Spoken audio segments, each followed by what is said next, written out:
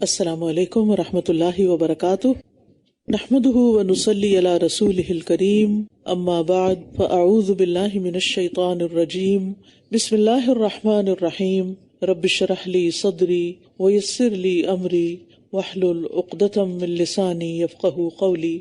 الحمد للہ الذی اختار لنا محاسن الخلق واجرى علینا طیبات الرزق وسخر لنا ما فی السماوات والارض فکل المخلوقات منقادۃ لنا بقدرتہ وصائرۃ الی طاعتنا بعزتہ۔ ہر قسم کی حمد اللہ کے لیے ہے جس نے ہمارے لیے اخلاق حسنہ کی خوبیوں کو منتخب کیا اور ہمارے لیے پاکیزہ رزق جاری کیے، اور ان تمام چیزوں کو ہمارے لیے مسخر کیا جو آسمانوں اور زمینوں میں ہیں۔ پس مخلوقات اللہ کی قدرت کے ساتھ ہمارے لیے مطیع اور فرمانبردار ہیں، اور اللہ کی عزت اور قوت کی وجہ سے وہ ہماری اطاعت بجا لانے والی ہیں۔ 11واں پارہ۔ يعتذرون إليكم إذا رجعتم إليهم قل لا تعتذروا لن نؤمن لكم قد نبأنا الله من أخباركم وسيرى الله عملكم ورسوله ثم تردون إلى عالم الغيب والشهادة فينبئكم بما كنتم تعملون سيحلفون بالله لكم إذا انقلبتم إليهم لتعرضوا عنهم فأعرضوا عنهم إنهم رجس ومأواهم جهنم جزاء بما كانوا يكسبون يحلفون لكم لترضوا عنهم فإن ترضوا عنهم فإن الله لا يرضى عن القوم الفاسقين الأعراب أشد كفرا ونفاقا وأجدر ألا يعلموا حدود ما أنزل الله على رسوله والله عليم حكيم۔ يعتذرون إليكم إذا رجعتم إليهم قل لا تعتذروا لن نؤمن لكم قد نبأنا الله من أخباركم وسيرى الله عملكم ورسوله ثم تردون إلى عالم الغيب والشهادة فينبئكم بما كنتم تعملون۔ جب تم ان کی طرف لوٹ کر جاؤ گے تو یہ تمہارے سامنے عذر پیش کریں گے، آپ کہہ دیجئے تم عذر پیش نہ کرو، ہم ہرگز تمہارا اعتبار نہ کریں گے۔ در حقیقت اللہ نے ہمیں تمہارے حالات بتا دیے ہیں، اور آئندہ بھی اللہ اور اس کا رسول تمہارا عمل دیکھے گا، پھر تم غیب اور حاضر کے جاننے والے کی طرف لوٹائے جاؤ گے، پھر وہ تمہیں بتا دے گا جو کچھ تم کیا کرتے تھے۔ ان آیات کا نزول تبوک سے واپسی پر ہوا۔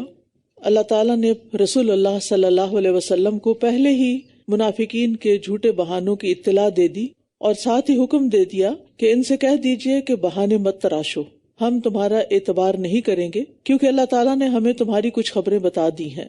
اب آئندہ یہ دیکھا جائے گا کہ تمہارا رویہ کیا ہے، تم موجودہ روش سے باز آتے ہو یا اسی پر جمے رہتے ہو۔ تو اس سے یہ پتہ چلتا ہے کہ انسان کی باتیں کچھ کام نہیں آتی جب تک کہ اس کا عمل ساتھ نہ دے، اور اگر انسان کو اس بات کا احساس رہے کہ میرا رب مجھے دیکھ رہا ہے، یعنی اللہ کی نگرانی کا شعور ہو، تو یہ چیز انسان کے عمل کی اصلاح کا باعث ہوتی ہے۔ تو ہم کبھی بھی اگر اپنی خواہشات کے ہاتھوں مجبور ہو جائیں کوئی غلط کام کرنے پر، تو یہ احساس نہیں ختم ہونا چاہیے کہ اللہ دیکھ رہا ہے، اگر یہ کام میں نے اللہ کی نافرمانی کا کیا تو اللہ کو کیا جواب دوں گی۔ سَيَحْلِفُونَ بِاللَّهِ لَكُمْ إِذَا انقلبتم إِلَيْهِمْ لِتُعْرِضُوا عَنْهُمْ فَأَعْرِضُوا عَنْهُمْ إِنَّهُمْ رِجْسٌ وَمَأْوَاهُمْ جَهَنَّمُ جَزَاءً بِمَا كَانُوا يَكْسِبُونَ۔ جب تم ان کی طرف لوٹ کر جاؤ گے تو یہ ضرور تمہارے سامنے اللہ کی قسمیں کھائیں گے تاکہ تم ان سے اعراض برتو، تو تم ان سے اعراض ہی برتو کیونکہ یہ گندگی ہیں اور ان کا ٹھکانہ جہنم ہے، یہ بدلہ ہے اس کا جو کمائی وہ کرتے رہے۔ یہاں اللہ سبحانہ تعالیٰ ان کے بارے میں فرما رہے ہیں کہ ان کی قسموں کا اعتبار نہ کیا جائے، یہ قسمیں اس لیے کھا رہے ہیں کہ تم ان کو اگنور کرو، تو ان کو اگنور کر دو، لیکن یہ یاد رکھیں کہ یہ ہے گندگی، انہم رجس، جیسے مشرکین کو پیچھے سورۃ التوبہ میں رجس کہا گیا، اسی طرح یہاں منافقین کو بھی رجس کہا جا رہا ہے، یعنی ناپاک ہیں، ان کا باطن کفر کے ساتھ خبیث اور گندا ہے، ان کے پوشیدہ اعمال بھی خبیث ہیں، جیسے مسلمانوں کے خلاف مشورہ کرنا، ان کے خلاف چالیں چلنا، ان کے خلاف مکر و فریب سے کام لینا، ان کو دھوکہ دینا۔ یہ تمہارے سامنے قسمیں کھائیں گے تاکہ تم ان سے راضی ہو جاؤ، پھر اگر تم ان سے راضی ہو بھی جاؤ تو یقیناً اللہ نافرمان لوگوں سے کبھی راضی نہیں ہوتا۔ یعنی ان کی قسمیں کھانے کا مقصد کیا ہے؟ آپ کو راضی کرنا۔ یعنی منافقین جو ہوتے ہیں وہ اللہ سبحانہ تعالیٰ کی بجائے لوگوں کو خوش کرنے کے پیچھے لگے رہتے ہیں، یعنی اللہ کی خوشنودی کو پیچھے کر دیتے ہیں اور لوگوں کی خوشنودی کو مقدم کر لیتے ہیں، آگے کر لیتے ہیں۔ لیکن ہمیشہ یہ یاد رہے کہ انسان اگر اللہ کو ناراض کرتا ہے تو وہ کبھی بھی لوگوں کو خوش نہیں کر سکتا۔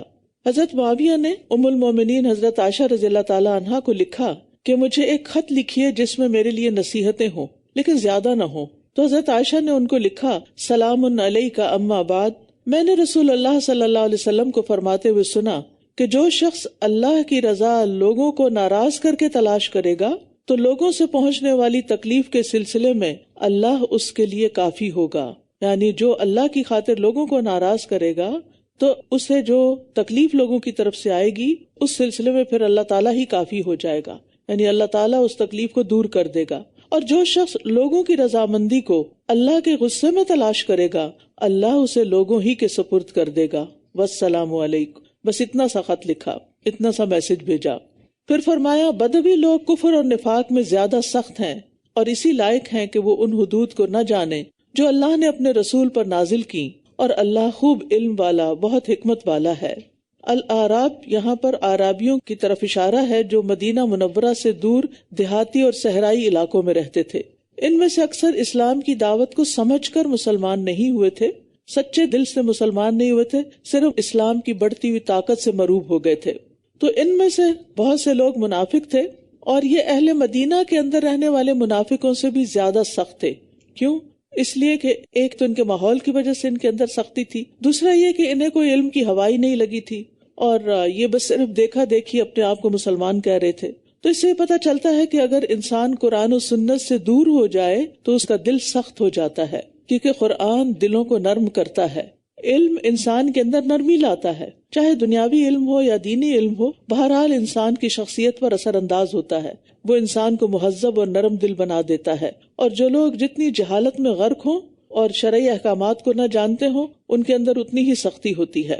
وَمِنَ الْأَعْرَابِ مَن يَتَّخِذُ مَا يُنْفِقُ مَغْرَمًا، اور ان بدویوں میں سے کچھ ایسے بھی ہیں جو اللہ کی راہ میں خرچ کرنے کو تاوان سمجھ لیتے ہیں، اور وہ تمہارے خلاف گردش زمانہ کا انتظار کرتے ہیں، مگر انہی پر ہے بری گردش، اور اللہ خوب سننے والا، خوب جاننے والا ہے۔ یعنی منافقین جو ہیں وہ نہ چاہتے ہوئے نیک اعمال کرتے ہیں، مجبوراً نیکی کر رہے ہیں، چاہے وہ صدقات دینے کا معاملہ ہو یا جہاد پہ جانے کا معاملہ ہو، بس وہ اسے چٹی یا جرمانہ سمجھ کے بادل ناخواستہ ادا کرتے رہتے ہیں۔ اور اس کے برعکس مومن جو ہوتا ہے اس پر جو حقوق عائد ہوتے ہیں وہ ان کو بہت خوش دلی سے ادا کرتا ہے، اس کا سینہ وسیع ہوتا ہے، اس کا دل مطمئن ہوتا ہے، اور اس کے اندر یہ شدید خواہش ہوتی ہے کہ یہ نیکی اس کے لیے باعث اجر و ثواب ہو۔ تو انسان کو ہمیشہ دل کی خوشی سے زکوٰۃ یا نماز یا فرائض جو ہے وہ ادا کرنے چاہیے، اور اللہ کے راستے میں جب انسان خرچ کرتا ہے، کیونکہ انہیں خرچ کرنا بڑا مشکل لگتا تھا اور وہ بھی فی سبیل اللہ، تو اس کے بارے میں انسان کو ہمیشہ یاد رکھنا چاہیے کہ اللہ تعالیٰ اس کا پورا پورا بدلہ ضرور واپس کرے گا۔ اللہ تعالیٰ فرماتے ہیں وَمَا تُنْفِقُوا مِنْ خَيْرٍ يُوَفَّ إِلَيْكُمْ وَأَنْتُمْ لَا تُظْلَمُونَ، اور تم خیر میں سے، مال میں سے جو بھی خرچ کرو گے وہ تمہیں پورا ادا کیا جائے گا اور تم پر ظلم نہیں کیا جائے گا۔ مال خرچ کرنے سے بڑھتا ہے، مال خرچ کرنے سے واپس ملتا ہے اللہ کی طرف سے کئی گنا بڑا اجر بن کر، اور روکنے سے مال تلف ہو جاتا ہے۔ اور بدویوں میں سے ایسے بھی ہیں جو اللہ پر اور یوم آخرت پر ایمان لاتے ہیں، اور جو کچھ وہ خرچ کرتے ہیں اسے اللہ کے نزدیک قربتوں اور رسول کی دعاؤں کا ذریعہ بناتے ہیں۔ یاد رکھو وہ ان کے لیے یقیناً قربت کا ذریعہ ہے، اللہ انہیں ضرور اپنی رحمت میں داخل کرے گا، بے شک اللہ بہت بخشنے والا، بہت رحم فرمانے والا ہے۔ جہاں کچھ اعرابی منافق تھے وہاں بعض ان میں سے سچے دل سے مسلمان بھی ہوئے تھے. اور سچے دل سے مسلمان ہونے والے کی علامت کیا ہوتی ہے کہ وہ دل کی خوشی سے صدقہ کرتا ہے اور صدقہ کر کے خوش ہوتا ہے اور اس سے وہ اللہ تعالیٰ کی قربت چاہتا ہے اور رسول صلی اللہ علیہ وسلم کی دعاؤں کو حاصل کرنے کا وہ ذریعہ سمجھتے تھے. کیونکہ نبی صلی اللہ علیہ وسلم کے پاس جب کوئی صدقہ لے کر آتا تو آپ یوں دعا کرتے، اللہم صلی علی آل فلان، اے اللہ فلاں کی آل اولاد پر رحم فرما. یعنی صرف اس کو نہیں بلکہ اس کی اولادوں کو بھی دعا دیتے تھے. اور یہ ضروری ہے کہ انسان احسان کرنے والوں کو دعا دے. عبداللہ بن عمر رضی اللہ عنہ سے روایت ہے، رسول اللہ صلی اللہ علیہ وسلم نے فرمایا، جو شخص اللہ کے نام سے پناہ مانگے اسے پناہ دے دو، یعنی اللہ کا واسطہ دے کے اگر کوئی مانگتا ہے، اور جو شخص اللہ کے نام سے سوال کرے اس کو عطا کر دو، اور جو تمہاری دعوت کرے اس کی دعوت قبول کرو، اور جو تمہارے ساتھ بھلائی کرے اس کا بدلہ دو. اگر بدلے میں دینے کے لیے کچھ نہ ملے تو اس کے لیے اتنی دعا کرو یہاں تک کہ تم سمجھ لو کہ تم نے اس کا بدلہ دے دیا ہے. یعنی اگر اور کچھ نہیں دے سکتے تو دعا ضرور دو. والسابقون الاولون من المہاجرین والانصار والذین اتبعوہم بإحسان رضی اللہ عنہم ورضوا عنہ.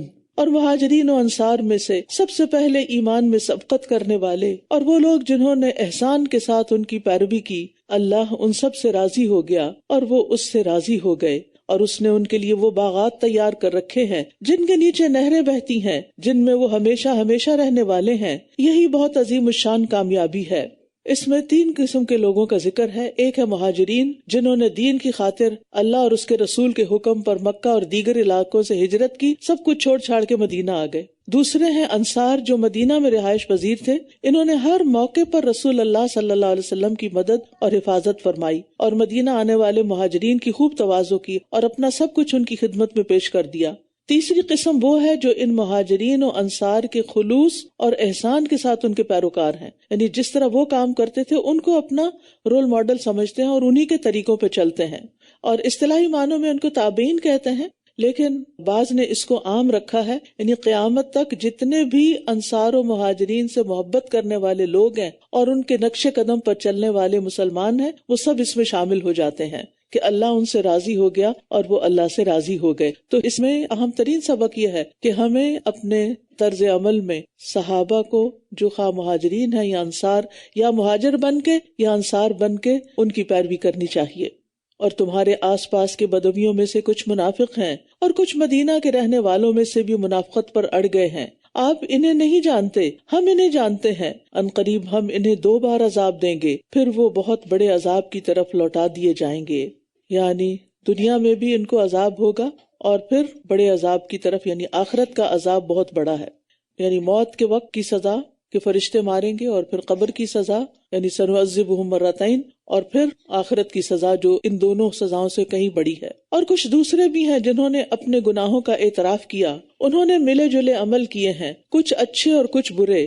امید ہے کہ اللہ ان پر مہربان ہوگا، بے شک اللہ بہت بخشنے والا نہایت رحم کرنے والا ہے. یہ وہ مخلص مسلمان ہیں جو بغیر عذر کے محض سستی کی وجہ سے تبوک میں نبی صلی اللہ علیہ وسلم کے ساتھ نہیں گئے تھے. بعد میں انہیں اپنی غلطی کا احساس ہو گیا اور انہوں نے اعتراف گناہ کر لیا تو اللہ تعالیٰ نے ان کو معاف کر دیا. لیکن یہ صرف ان تک ہی نہیں بات، قیامت تک آنے والے تمام گناہ گار مخلص مسلمان اس آیت میں شامل ہیں کہ جس کسی انسان سے کوئی بھول چوک ہو جاتی ہے، غلطی ہو جاتی ہے، اور پھر وہ اللہ تعالیٰ سے توبہ کر لیتا ہے، تو امید ہے کہ اللہ تعالیٰ اس کو معاف کر دے گا، کیونکہ اللہ سبحانہ وتعالیٰ غفور الرحیم ہے. لیکن یاد رکھیے کہ قیامت کے دن کیا عالم ہوگا. ایک حدیث ہے جو امام بخاری نے اس آیت کی تفسیر میں اپنی صحیح میں درج فرمائی ہے. سمرہ بن جندب کہتے ہیں کہ رسول اللہ صلی اللہ علیہ وسلم نے فرمایا، آج رات 2 آنے والے میرے پاس آئے، انہوں نے مجھے اٹھایا، پھر وہ مجھے ایک ایسے شہر میں لے گئے جو سونے اور چاندی کی اینٹوں سے بنایا گیا تھا. وہاں میں نے کچھ لوگوں کو دیکھا جن کا نصف بدن سب سے زیادہ خوبصورت شخص کی طرح تھا جو تم دیکھنے والے ہو، اور نصف بدن اس بدترین شخص کی طرح تھا جو کبھی تم نے دیکھا. یعنی کیسے لوگ تھے؟ آدھا جسم انتہائی خوبصورت اور آدھا جسم انتہائی بدصورت. دونوں فرشتوں نے ان لوگوں سے کہا، اس نہر کے اندر داخل ہو جاؤ. وہ اس میں داخل ہو گئے، پھر ہماری طرف واپس آئے تو ان سے بدصورتی جا چکی تھی اور وہ بہترین صورت میں بدل چکے تھے، یعنی وہ جو بدصورت حصہ تھا صاف ہو چکا تھا. دونوں فرشتوں نے مجھ سے کہا، یعنی نبی صلی اللہ علیہ وسلم کو بتایا کہ یہ جنت عدن ہے اور یہ آپ کا گھر ہے. دونوں نے کہا کہ وہ لوگ جن کا نصف حصہ خوبصورت اور نصف حصہ بدصورت تھا، یہ وہ لوگ ہیں جنہوں نے نیک عمل کیے اور ان کے ساتھ برے عمل بھی ملا جلا دیے تو اللہ تعالیٰ نے ان سے درگزر کیا اور بالآخر ان کو معاف کر دیا۔ آپ دیکھیں کہ آدھا جسم بدصورت ہونا تو بہت بڑی بات ہے۔ جسم کا اگر کوئی ایک حصہ بھی، کوئی ایک عضو بھی خوبصورت نہیں رہتا تو انسان کتنا کانشیس ہو جاتا ہے اور کتنا پریشان ہوتا ہے اور کسی کو اپنی شکل نہیں دکھانا چاہتا۔ تو اللہ تعالیٰ ہم سب کو بچائے اور ہمیں مرنے سے پہلے ہی معاف کر دے کہ ہم اٹھیں تو اس کی رضا کے ساتھ۔ خذ من اموالہم صدقۃ تطہرہم وتزکیہم بہا وصلی علیہم ان صلاتک سکن لہم واللہ سمیع علیم۔ آپ ان کے مالوں میں سے صدقہ لے کر اس کے ذریعے انہیں پاک کیجیے اور ان کا تزکیہ کیجیے اور ان کے حق میں دعائے رحمت کیجیے، بے شک آپ کی دعا ان کے لیے سکون کا باعث ہے اور اللہ خوب سننے والا، خوب جاننے والا ہے۔ یہ حکم عام ہے، صدقے سے مراد فرضی صدقہ یعنی زکوٰۃ بھی ہو سکتی ہے اور نفلی صدقہ بھی۔ تو نبی صلی اللہ علیہ وسلم کو کہا جا رہا ہے کہ اس کے ذریعے سے آپ مسلمانوں کو پاک کریں۔ اس سے کیا پتہ چلتا ہے؟ صدقہ پاک کرتا ہے۔ اس لیے اگر انسان سے گناہ ہو جائیں تو زیادہ سے زیادہ صدقہ کرے توبہ استغفار کے ساتھ۔ اور ویسے بھی انسان بخل سے بچتا ہے، اس کا دل وسیع ہوتا ہے، اس کا چہرہ کشادہ ہوتا ہے۔ کشادہ سے مراد یہ کہ خوش ہوتا ہے تو دوسروں کے لیے خوشی کا باعث بنتا ہے۔ اور پھر یہ ہے کہ انسان کے اندر کی جو میل کچیل ہوتی ہے خاص طور پر وہ دور ہو جاتی ہے۔ اور اس میں ہم سب کے لیے یہ سبق ہے کہ اگر آپ کسی کے بہاف پر بھی صدقہ کلیکٹ کریں تو ہر دینے والے کو دعا بھی دیں، یعنی جو شخص بھی زکوٰۃ اور صدقات کی وصولی کا ذمہ دار ہو تو اس کو زکوٰۃ یا صدقات وصول کرتے وقت جیسے بیت المال کے ذمہ دار ہوتے ہیں یا جو بھی کلیکٹرز ہوتے ہیں، فنڈز کلیکٹرز ہوتے ہیں، ان کو دعا بھی دینی چاہیے۔ کیا وہ نہیں جانتے کہ وہ اللہ ہی ہے جو اپنے بندوں کی توبہ قبول کرتا ہے اور وہی صدقات لیتا ہے؟ یعنی صدقہ دیتے ہم انسان کو لیکن پہنچ اللہ کے پاس جاتا ہے کیونکہ اجر اس کی طرف سے آتا ہے۔ اور یہ کہ اللہ بہت توبہ قبول کرنے والا، نہایت رحم کرنے والا ہے۔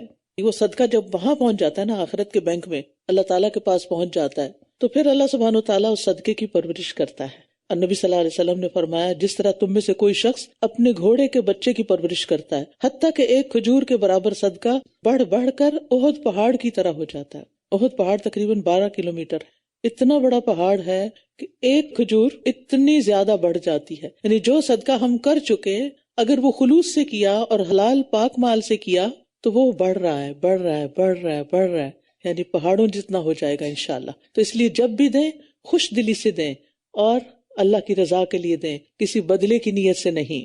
وَقُلْ اعْمَلُوا فَسَيَرَى اللَّهُ عَمَلَكُمْ وَرَسُولُهُ وَالْمُؤْمِنُونَ، اور کہہ دیجئے کہ تم عمل کیے جاؤ، پس ان قریب اللہ تمہارا عمل دیکھے گا اور اس کا رسول اور اہل ایمان بھی، اور تم غیب اور حاضر کے جاننے والے کی طرف لوٹائے جاؤ گے، پھر وہ تمہیں بتائے گا جو کچھ تم کرتے رہے ہو۔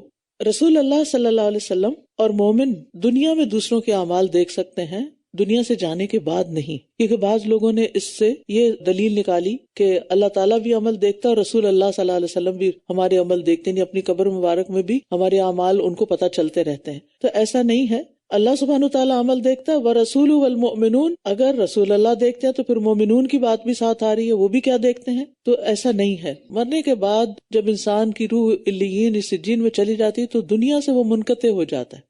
وَآخَرُونَ مُرْجَوْنَ لِأَمْرِ اللَّهِ، اور کچھ اور لوگ ہیں جن کا فیصلہ اللہ کے حکم کے لیے مؤخر رکھا گیا، خواہ وہ انہیں عذاب دے اور خواہ وہ ان پر مہربان ہو، اور اللہ خوب علم والا، بہت حکمت والا ہے۔ اور وہ لوگ جنہوں نے ایک مسجد بنا لی مسلمانوں کو ضرر پہنچانے اور کفر پھیلانے اور مومنوں کے درمیان تفرقہ ڈالنے اور اس شخص کے گھات لگانے کے لیے جس نے اس سے پہلے اللہ اور اس کے رسول سے جنگ کی، اور یہ ضرور قسمیں کھائیں گے کہ ہم نے تو صرف بھلائی کا ہی ارادہ کیا تھا، اور اللہ گواہی دیتا ہے کہ یقیناً یہ جھوٹے ہیں۔ یہاں منافقین کی ایک اور قبیح حرکت کا بیان ہے کہ انہوں نے ایک مسجد بنائی اور نبی صلی اللہ علیہ وسلم کو یہ بابر کرایا کہ بارش، سردی اور اس قسم کے موقع پر بیماروں اور کمزوروں کو دور جانے میں مشکل ہوتی ہے، تو ان سب کی سہولت کے لیے ہم نے یہ مسجد بنائی ہے، آپ وہاں چل کے اس کا افتتاح کر دیں تاکہ ہمیں برکت حاصل ہو۔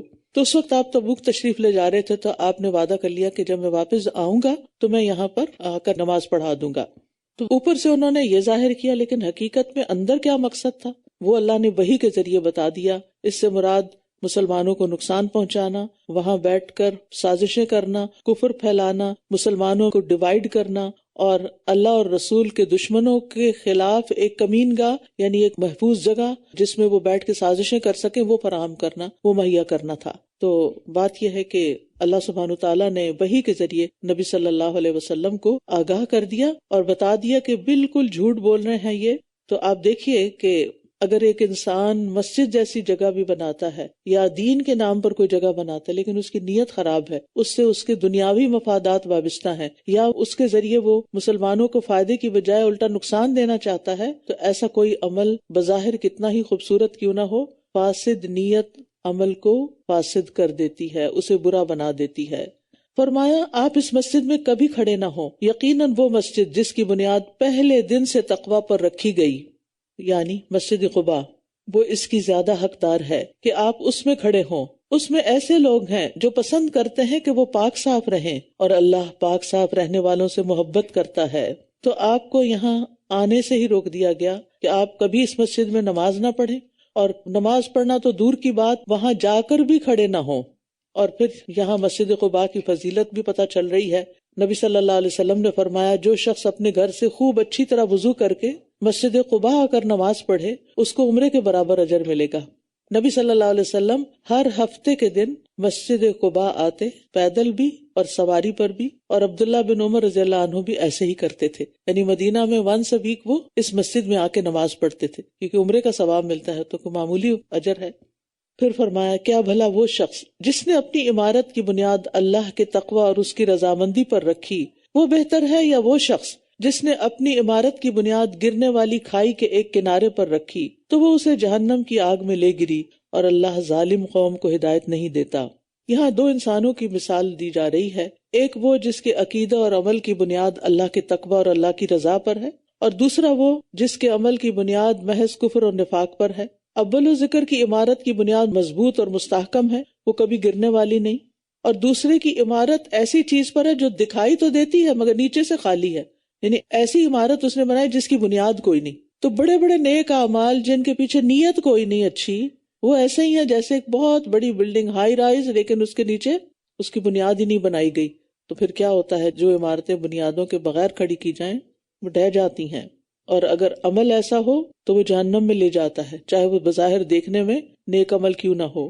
تو نیت کی درستگی عمل کی درستگی ہے، اور نیت کا بگاڑ عمل کا بگاڑ ہے. تو انسان صرف اس عمل سے ہی نجات پائے گا جس میں اخلاص ہوگا اور جو درست طریقے پر کیا گیا ہوگا. اسی وجہ سے بدعات جو ہیں جن میں طریقہ درست نہیں ہوتا یا پھر برے مقاصد کے لیے کیے گئے کام، وہ انسان کو فائدے کی بجائے نقصان دیں گے. فرمایا ان کی یہ عمارت جو انہوں نے بنائی ہے ہمیشہ ان کے دلوں میں شک کا باعث بنی رہے گی، الا یہ کہ ان کے دل ٹکڑے ٹکڑے ہو جائیں، اور اللہ خوب جاننے والا بہت حکمت والا ہے. دلوں میں شک کا باعث کیوں؟ کیونکہ سچ اطمینان کا باعث ہے اور جھوٹ بے چینی کا باعث. یعنی ان کی بنیاد ہی غلط ہے، لہٰذا ان کو کبھی یہ بظاہر نیک کام کر کے اطمینان قلب حاصل نہیں ہو سکتا. تو یاد رکھیے جو نیک کام چاہے وہ چھوٹا ہی صحیح کیوں نہ ہو، خالص اللہ کی رضا کے لیے کیا، ریاکاری سے بچ کر چھپ کر صرف اللہ کی خاطر، وہ تھوڑا سا عمل بھی انسان کو بے حد سکون دیتا ہے. اور جب انسان بڑے سے بڑا کام کر لیتا ہے لیکن نیت خراب ہے، نیت دوسرے سے تعریف چاہنا ہے، واہ واہ چاہنا ہے، تو وہ چیز انسان کے اندر خوشی نہیں لاتی. وہ وقتی خوشی ہوتی ہے کسی کی تعریف سن کے، لیکن اس کے بعد انسان کا پھر دل پھیکا پڑ جاتا ہے. تو یہاں بتایا گیا کہ منافقین کا نفاق کھلنے کے بعد اب ان کی حالت یہ ہے. آپ خود سوچیں کہ وہ جو پلاٹنگ کر رہے تھے، جو سازشیں کر رہے تھے، اللہ تعالیٰ نے وحی کے ذریعے سب بتا دی، تو وہ جو کرنے والے تھے ان کا حال کیا ہوگا، کس قدر شرمندگی ہوگی اور کس قدر بدنامی ہوئی ہوگی. پھر فرمایا ان اللہ اشتری من المؤمنین انفسهم واموالهم بان لهم الجنہ، بے شک اللہ نے مومنوں سے ان کی جانیں اور ان کے مال جنت کے بدلے خرید لیے ہیں. اللہ نے مومنوں سے ان کی جانیں اور مال جنت کے بدلے خرید لیے ہیں، یعنی سودا کر لیا ہے مومنوں نے کہ تیری خاطر جان بھی دے دیں گے، مال بھی دے دیں گے. وہ اللہ کے راستے میں جنگ کرتے ہیں، پھر وہ مارتے ہیں اور مارے جاتے ہیں، یعنی اپنی بات کے سچے ہیں یہ لوگ. یہ اس کے ذمہ ایک سچا وعدہ ہے. تورات اور انجیل اور قرآن میں 3 بکس کا ریفرنس ہے، اور اللہ سے بڑھ کر کون اپنے عہد کو پورا کرنے والا ہے. بس تم اپنے اس سودے پر خوشی مناؤ جو تم نے اس کے ساتھ کیا ہے، یعنی اللہ کے ساتھ ڈیل کر لی، اور یہی بہت بڑی کامیابی ہے. یہ سودا بڑا مہنگا سودا ہے، یعنی جان اور مال دونوں دینا، یہ دونوں ہی سب سے زیادہ پیاری چیزیں ہیں نا. یعنی انسان کو ہر چیز سے پیاری اپنی جان ہوتی، اور پھر مال کی محبت میں بڑا شدید ہوتا ہے انسان. لیکن جب انسان یہ دونوں چیزیں اللہ کی خاطر دینے کے لیے تیار ہو جائے اور خوشی خوشی دے، اور اس کو دے کے کوئی ملال بھی نہ ہو، کوئی پریشانی بھی نہ ہو، تو پھر اس نے واقعی بہت نفع کا سودا کیا۔ تو سب کے لیے دعوت ہے کہ اللہ کی دی ہوئی دنیا میں سے کچھ دے کر اور خلوص کے ساتھ دے کر جنت خرید لیں۔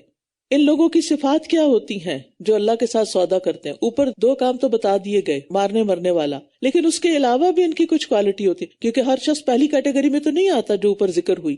تو پھر کون سے اور کام کرتے ہیں ایسے لوگ جنہوں نے اپنی جانیں بیچ ڈالی، جو اپنی جانوں کی پرواہ نہیں کرتے؟ جان کی پرواہ نہیں کرنے کا مطلب یہ ہے کہ وہ اپنے آپ کو ڈھیل نہیں دیتے، ہیلے بہانے نہیں کرتے، بلکہ جو کرنا ہوتا ہے وہ مشکل بھی ہو تو کر جاتے ہیں۔ التائبون، سب سے پہلے تو یہ توبہ کرنے والے ہیں۔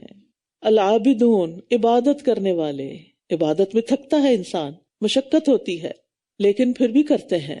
الحامدون، حمد کرنے والے، اللہ کی تعریف کرنے والے، روزہ رکھنے والے، رکوع کرنے والے، سجدہ کرنے والے، نیکی کا حکم دینے والے اور برائی سے روکنے والے اور اللہ کی حدود کی حفاظت کرنے والے، اور آپ مومنوں کو خوشخبری دے دیجئے۔ تو اس آیت میں اللہ تعالیٰ نے سچے مومنوں کی 9 صفات بیان کی ہیں۔ پہلی 6 صفات میں صرف اللہ تعالیٰ کے ساتھ معاملہ ہے ان کا، 7ویں اور 8ویں صفت کا تعلق مخلوق سے ہے اور آخری کا تعلق دونوں سے ہے۔ تو یہ وہ لوگ ہیں جو ہر وقت تمام گناہوں سے توبہ کا التزام کرتے ہیں، مشکل اور آسانی، خوشی اور ناخوشی، آرام اور تکلیف، ہر حال میں اللہ کی عبادت کرنے والے ہیں۔ آج ہی کسی نے مجھے بتایا کہ وہ کسی خاتون سے ملنے کے لیے گئیں جو 2.5 سال سے بیڈ ریڈن ہیں، کوئی ان کے ساتھ ہوتا نہیں، تو 2.5 سال سے انہوں نے نماز نہیں پڑھی، کیونکہ پیمپر پہنتی ہیں، تو انہوں نے کہا کہ نماز نہیں ہوتی تو میں نماز ہی نہیں پڑھی۔ 2.5 سال سے علم نہ ہونے کی وجہ سے نماز ہی نہیں پڑھی۔ حالانکہ وہ کیا کر سکتی ہیں کہ یعنی دن میں 1-2 دفعہ پیمپر چینج ہوتا ہے، جیسے صبح ہوتا ہے شام ہوتا ہے، تو جب صبح ہو تو صبح کی نماز پڑھ لیں، یا ظہر کے وقت ظہر اور عصر جمع کر لیں، مغرب اور عشاء جمع کر لیں، اور اگر کوئی بھی نہیں ہے اور کوئی طریقہ بھی نہیں ہے تو یموں کی مٹی ساتھ رکھی ہوئی ہو اسی حال میں پڑھ لیں، کیونکہ نماز تو معاف نہیں۔ آپ نے دیکھا کہ جنگ کے میدان میں چلتے چلتے، گھوڑے پہ بیٹھے بیٹھے، اس میں بھی نماز ہو جاتی۔ یعنی بعض اوقات ایسا ہوتا ہے نا کہ آپ ڈرائیو کر رہے ہوتے ہیں تو آپ اس میں بھی نوافل پڑھ سکتے ہیں، فرض نماز تو نہیں لیکن نوافل پڑھ سکتے ہیں۔ تو مشکل اور آسانی، خوشی اور ناخوشی، آرام اور تکلیف، ہر حال میں اللہ کی عبادت کرنے والے، یعنی بیماری ہو، تندرستی ہو، نماز نہیں چھوڑتے۔ حامدون، رنج ہو، غم ہو، تنگ دستی ہو، خوشحالی ہو، ہر حال میں اللہ کی تعریف کرتے ہیں، اللہ کی نعمتوں کا اعتراف کرتے رہتے ہیں، دن رات اللہ کو یاد کر کے شکر ادا کرتے ہیں۔ سائحون کا معنی ایک سائمون لیا ہے، یہ سیاحت سے ہے۔ سیاحت میں انسان آرام، آسائش چھوڑ دیتا ہے، اور روزے میں بھی انسان اپنے آرام کی چیزیں، اپنے مزے کی چیزیں چھوڑ دیتا ہے، یعنی گناہ چھوڑنے کے ساتھ ساتھ اپنی 3 مرغوب چیزیں، کھانا پینا اور بیوی سے تعلق، ان کو چھوڑ دیتا ہے۔ الراکعون الساجدون، کثرت سے نماز پڑھتے ہیں جو رکوع اور سجود پر مشتمل ہے۔ نیکی کا حکم دیتے ہیں جس میں واجبات اور مستحبات داخل ہیں، یعنی لوگوں کو ان کے فرائض ادا کرنے اور نیک کام کرنے کی تلقین کرتے ہیں۔ وَالنَّاهُونَ عَنِ الْمُنْكَرِ میں وہ سارے امور شامل ہیں جن سے اللہ اور اس کے رسول نے روکا ہے۔ اور وَالْحَافِظُونَ لِحُدُودِ اللَّهِ، حلال اور حرام میں اللہ تعالیٰ کے فرائض کی حفاظت کرنے والے ہیں۔ اس نبی کے شایان شان نہیں ہے اور نہ ان لوگوں کے جو ایمان لائے کہ وہ مشرکین کے لیے اللہ سے بخشش مانگیں، اگرچہ یہ ان کے قرابت داری کیوں نہ ہو، اس کے بعد کہ ان کے لیے واضح ہو گیا کہ یہ جہنم کے ساتھی ہیں۔ یعنی جس شخص کی موت کفر پر ہو اس کے لیے بخشش کی دعا نہیں کی جا سکتی۔ ہاں، اگر کوئی آپ کے رشتہ دار یا فرینڈز یا کوئی دوست وغیرہ ایسے ہیں جو نان مسلم ہیں لیکن فوت ہو گئے تو آپ ان کی تجہیز و تکفین میں شامل ہو سکتے ہیں لیکن دعائے مغفرت نہیں کر سکتے۔ اگر والدین زندہ ہیں لیکن کفر پر ہیں تو ان کے لیے دعا کرنا جائز ہے، لیکن اگر فوت ہو گئے تو پھر دعا نہیں ہو سکتی ان کے لیے بھی، یعنی اپنے والدین تک کے لیے نہیں ہو سکتی اگر وہ کفر پر مرے یا شرک پر مرے۔ اور ابراہیم علیہ السلام کا اپنے باپ کے لیے استغفار کرنا محض ایک وعدے کی بنا پر تھا جو اس نے اس سے کر لیا تھا۔ پھر جب اس پر واضح ہو گیا کہ وہ اللہ کا دشمن ہے تو وہ اس سے بیزار ہو گیا۔ بے شک ابراہیم یقیناً بہت آہوزاری کرنے والا، بہت بردبار تھا۔ اواہ کا مطلب ہوتا ہے آہیں بھرنے والا، آہ کرنے والا، یعنی آہیں کون بھرتا ہے؟ جس کا دل نرم ہوتا ہے، جس کا دل دکھی ہوتا ہے۔ تو یہ ابراہیم علیہ السلام کی نرمی کی بات ہو رہی ہے کہ وہ تو بہت نرم مزاج تھے، اسی لیے انہوں نے اپنے والد کے لیے استغفار کرنے کا وعدہ کر لیا تھا. اور اللہ ایسا نہیں کہ کسی قوم کو ہدایت دینے کے بعد بھٹکا دے، یہاں تک کہ وہ ان کے لیے وہ چیزیں واضح نہ کر دے جن سے وہ بچیں. بے شک اللہ ہر چیز کا خوب علم رکھنے والا ہے. ان اللہ لہ ملک السماوات والارض یحیی ویمیت وما لکم من دون اللہ من ولی ولا نصیر. بے شک اللہ ہی کے لیے ہے آسمانوں اور زمین کی بادشاہت، وہی زندہ کرتا ہے اور وہی موت دیتا ہے، اور اللہ کے سوا نہ کوئی تمہارا دوست ہے اور نہ ہی کوئی مددگار.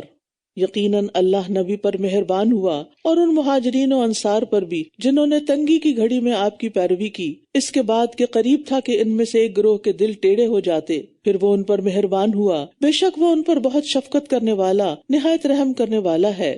تنگی کی گھڑی سے مراد یہاں غزوہ تبوک پر روانگی کا وقت ہے، جب موسم شدید گرم تھا، قحط سالی تھی، فصلیں پکنے والی تھیں اور سفر بہت طویل تھا.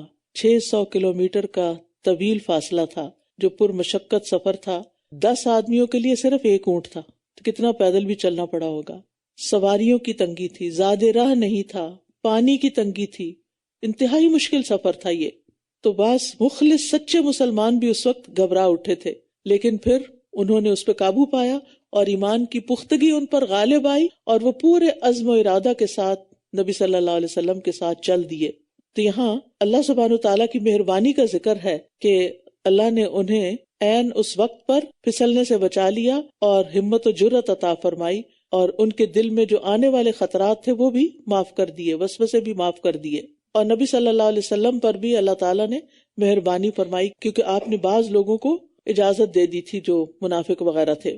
تو بات یہ ہے کہ ہر انسان پر ساعت العسرہ آتی ہے، ٹھیک ہے، تنگی کی گھڑی آتی، پریشانی کا وقت آتا ہے. وہ دراصل انسان کے امتحان کے لیے ہوتا ہے کہ انسان اس وقت میں بھی اللہ کے دین کا ساتھ دیتا ہے یا نہیں، یا پیچھے ہٹ جاتا ہے. یعنی جب ہمارے حالات اچھے ہوتے ہیں، ہر چیز نارمل چل رہی ہوتی ہے، ہر طرح کی ہمیں فیسلٹیز حاصل ہوتی ہیں، تو پھر ہمارے لیے ایک روٹین میں ایک جاب سمجھ کر کوئی خیر کا بہترین کام کرنا جو ہے وہ آسان ہوتا ہے. لیکن جو ہی کوئی مشکل آتی ہے تو پھر ہم بیٹھ جاتے ہیں. لیکن جو سچے مومن ہوتے ہیں وہ اللہ کے راستے سے پیچھے نہیں ہٹتے، چاہے انہیں کوئی باتیں کرے، چاہے ان کا کوئی مذاق اڑائے، چاہے ان کو مالی تنگی ہو، چاہے ان کو کوئی جسمانی تکلیف ہو، وہ ہر حال میں دین کے کام کو اپنا کام سمجھتے ہیں، وہ اسے اپنی ذات سے بھی زیادہ اہم سمجھتے ہیں.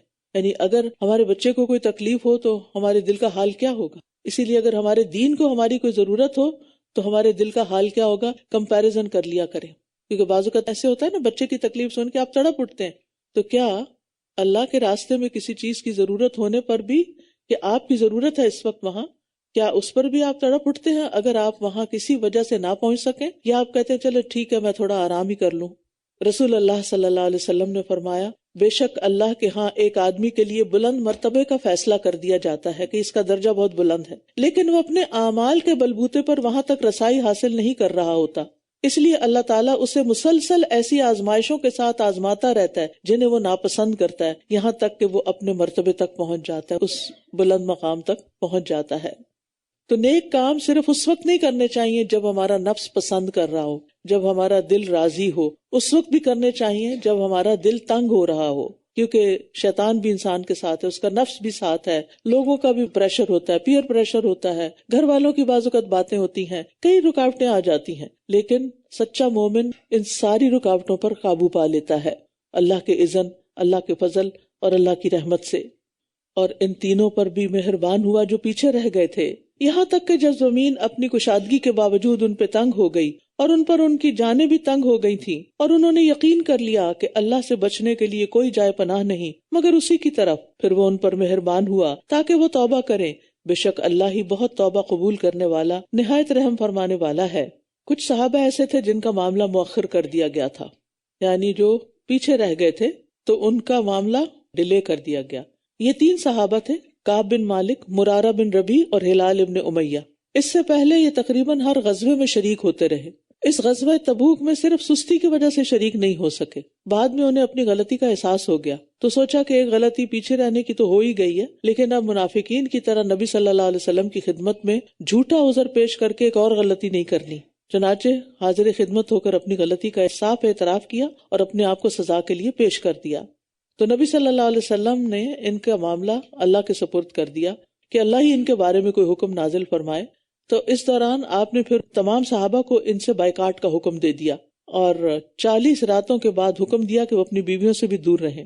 تو آپ خود سوچئے کہ ایک تو تنہائی، دوسرے کہ کوئی بھی بات کرنے والا نہیں. کبھی آپ صرف ایک دن کسی کی نہ بات سنیں نہ بات کریں، بالکل اکیلے رہیں، تو آپ دیکھیے کتنا مشکل ہوگا، کتنی تکلیف دہ صورتحال ہوگی.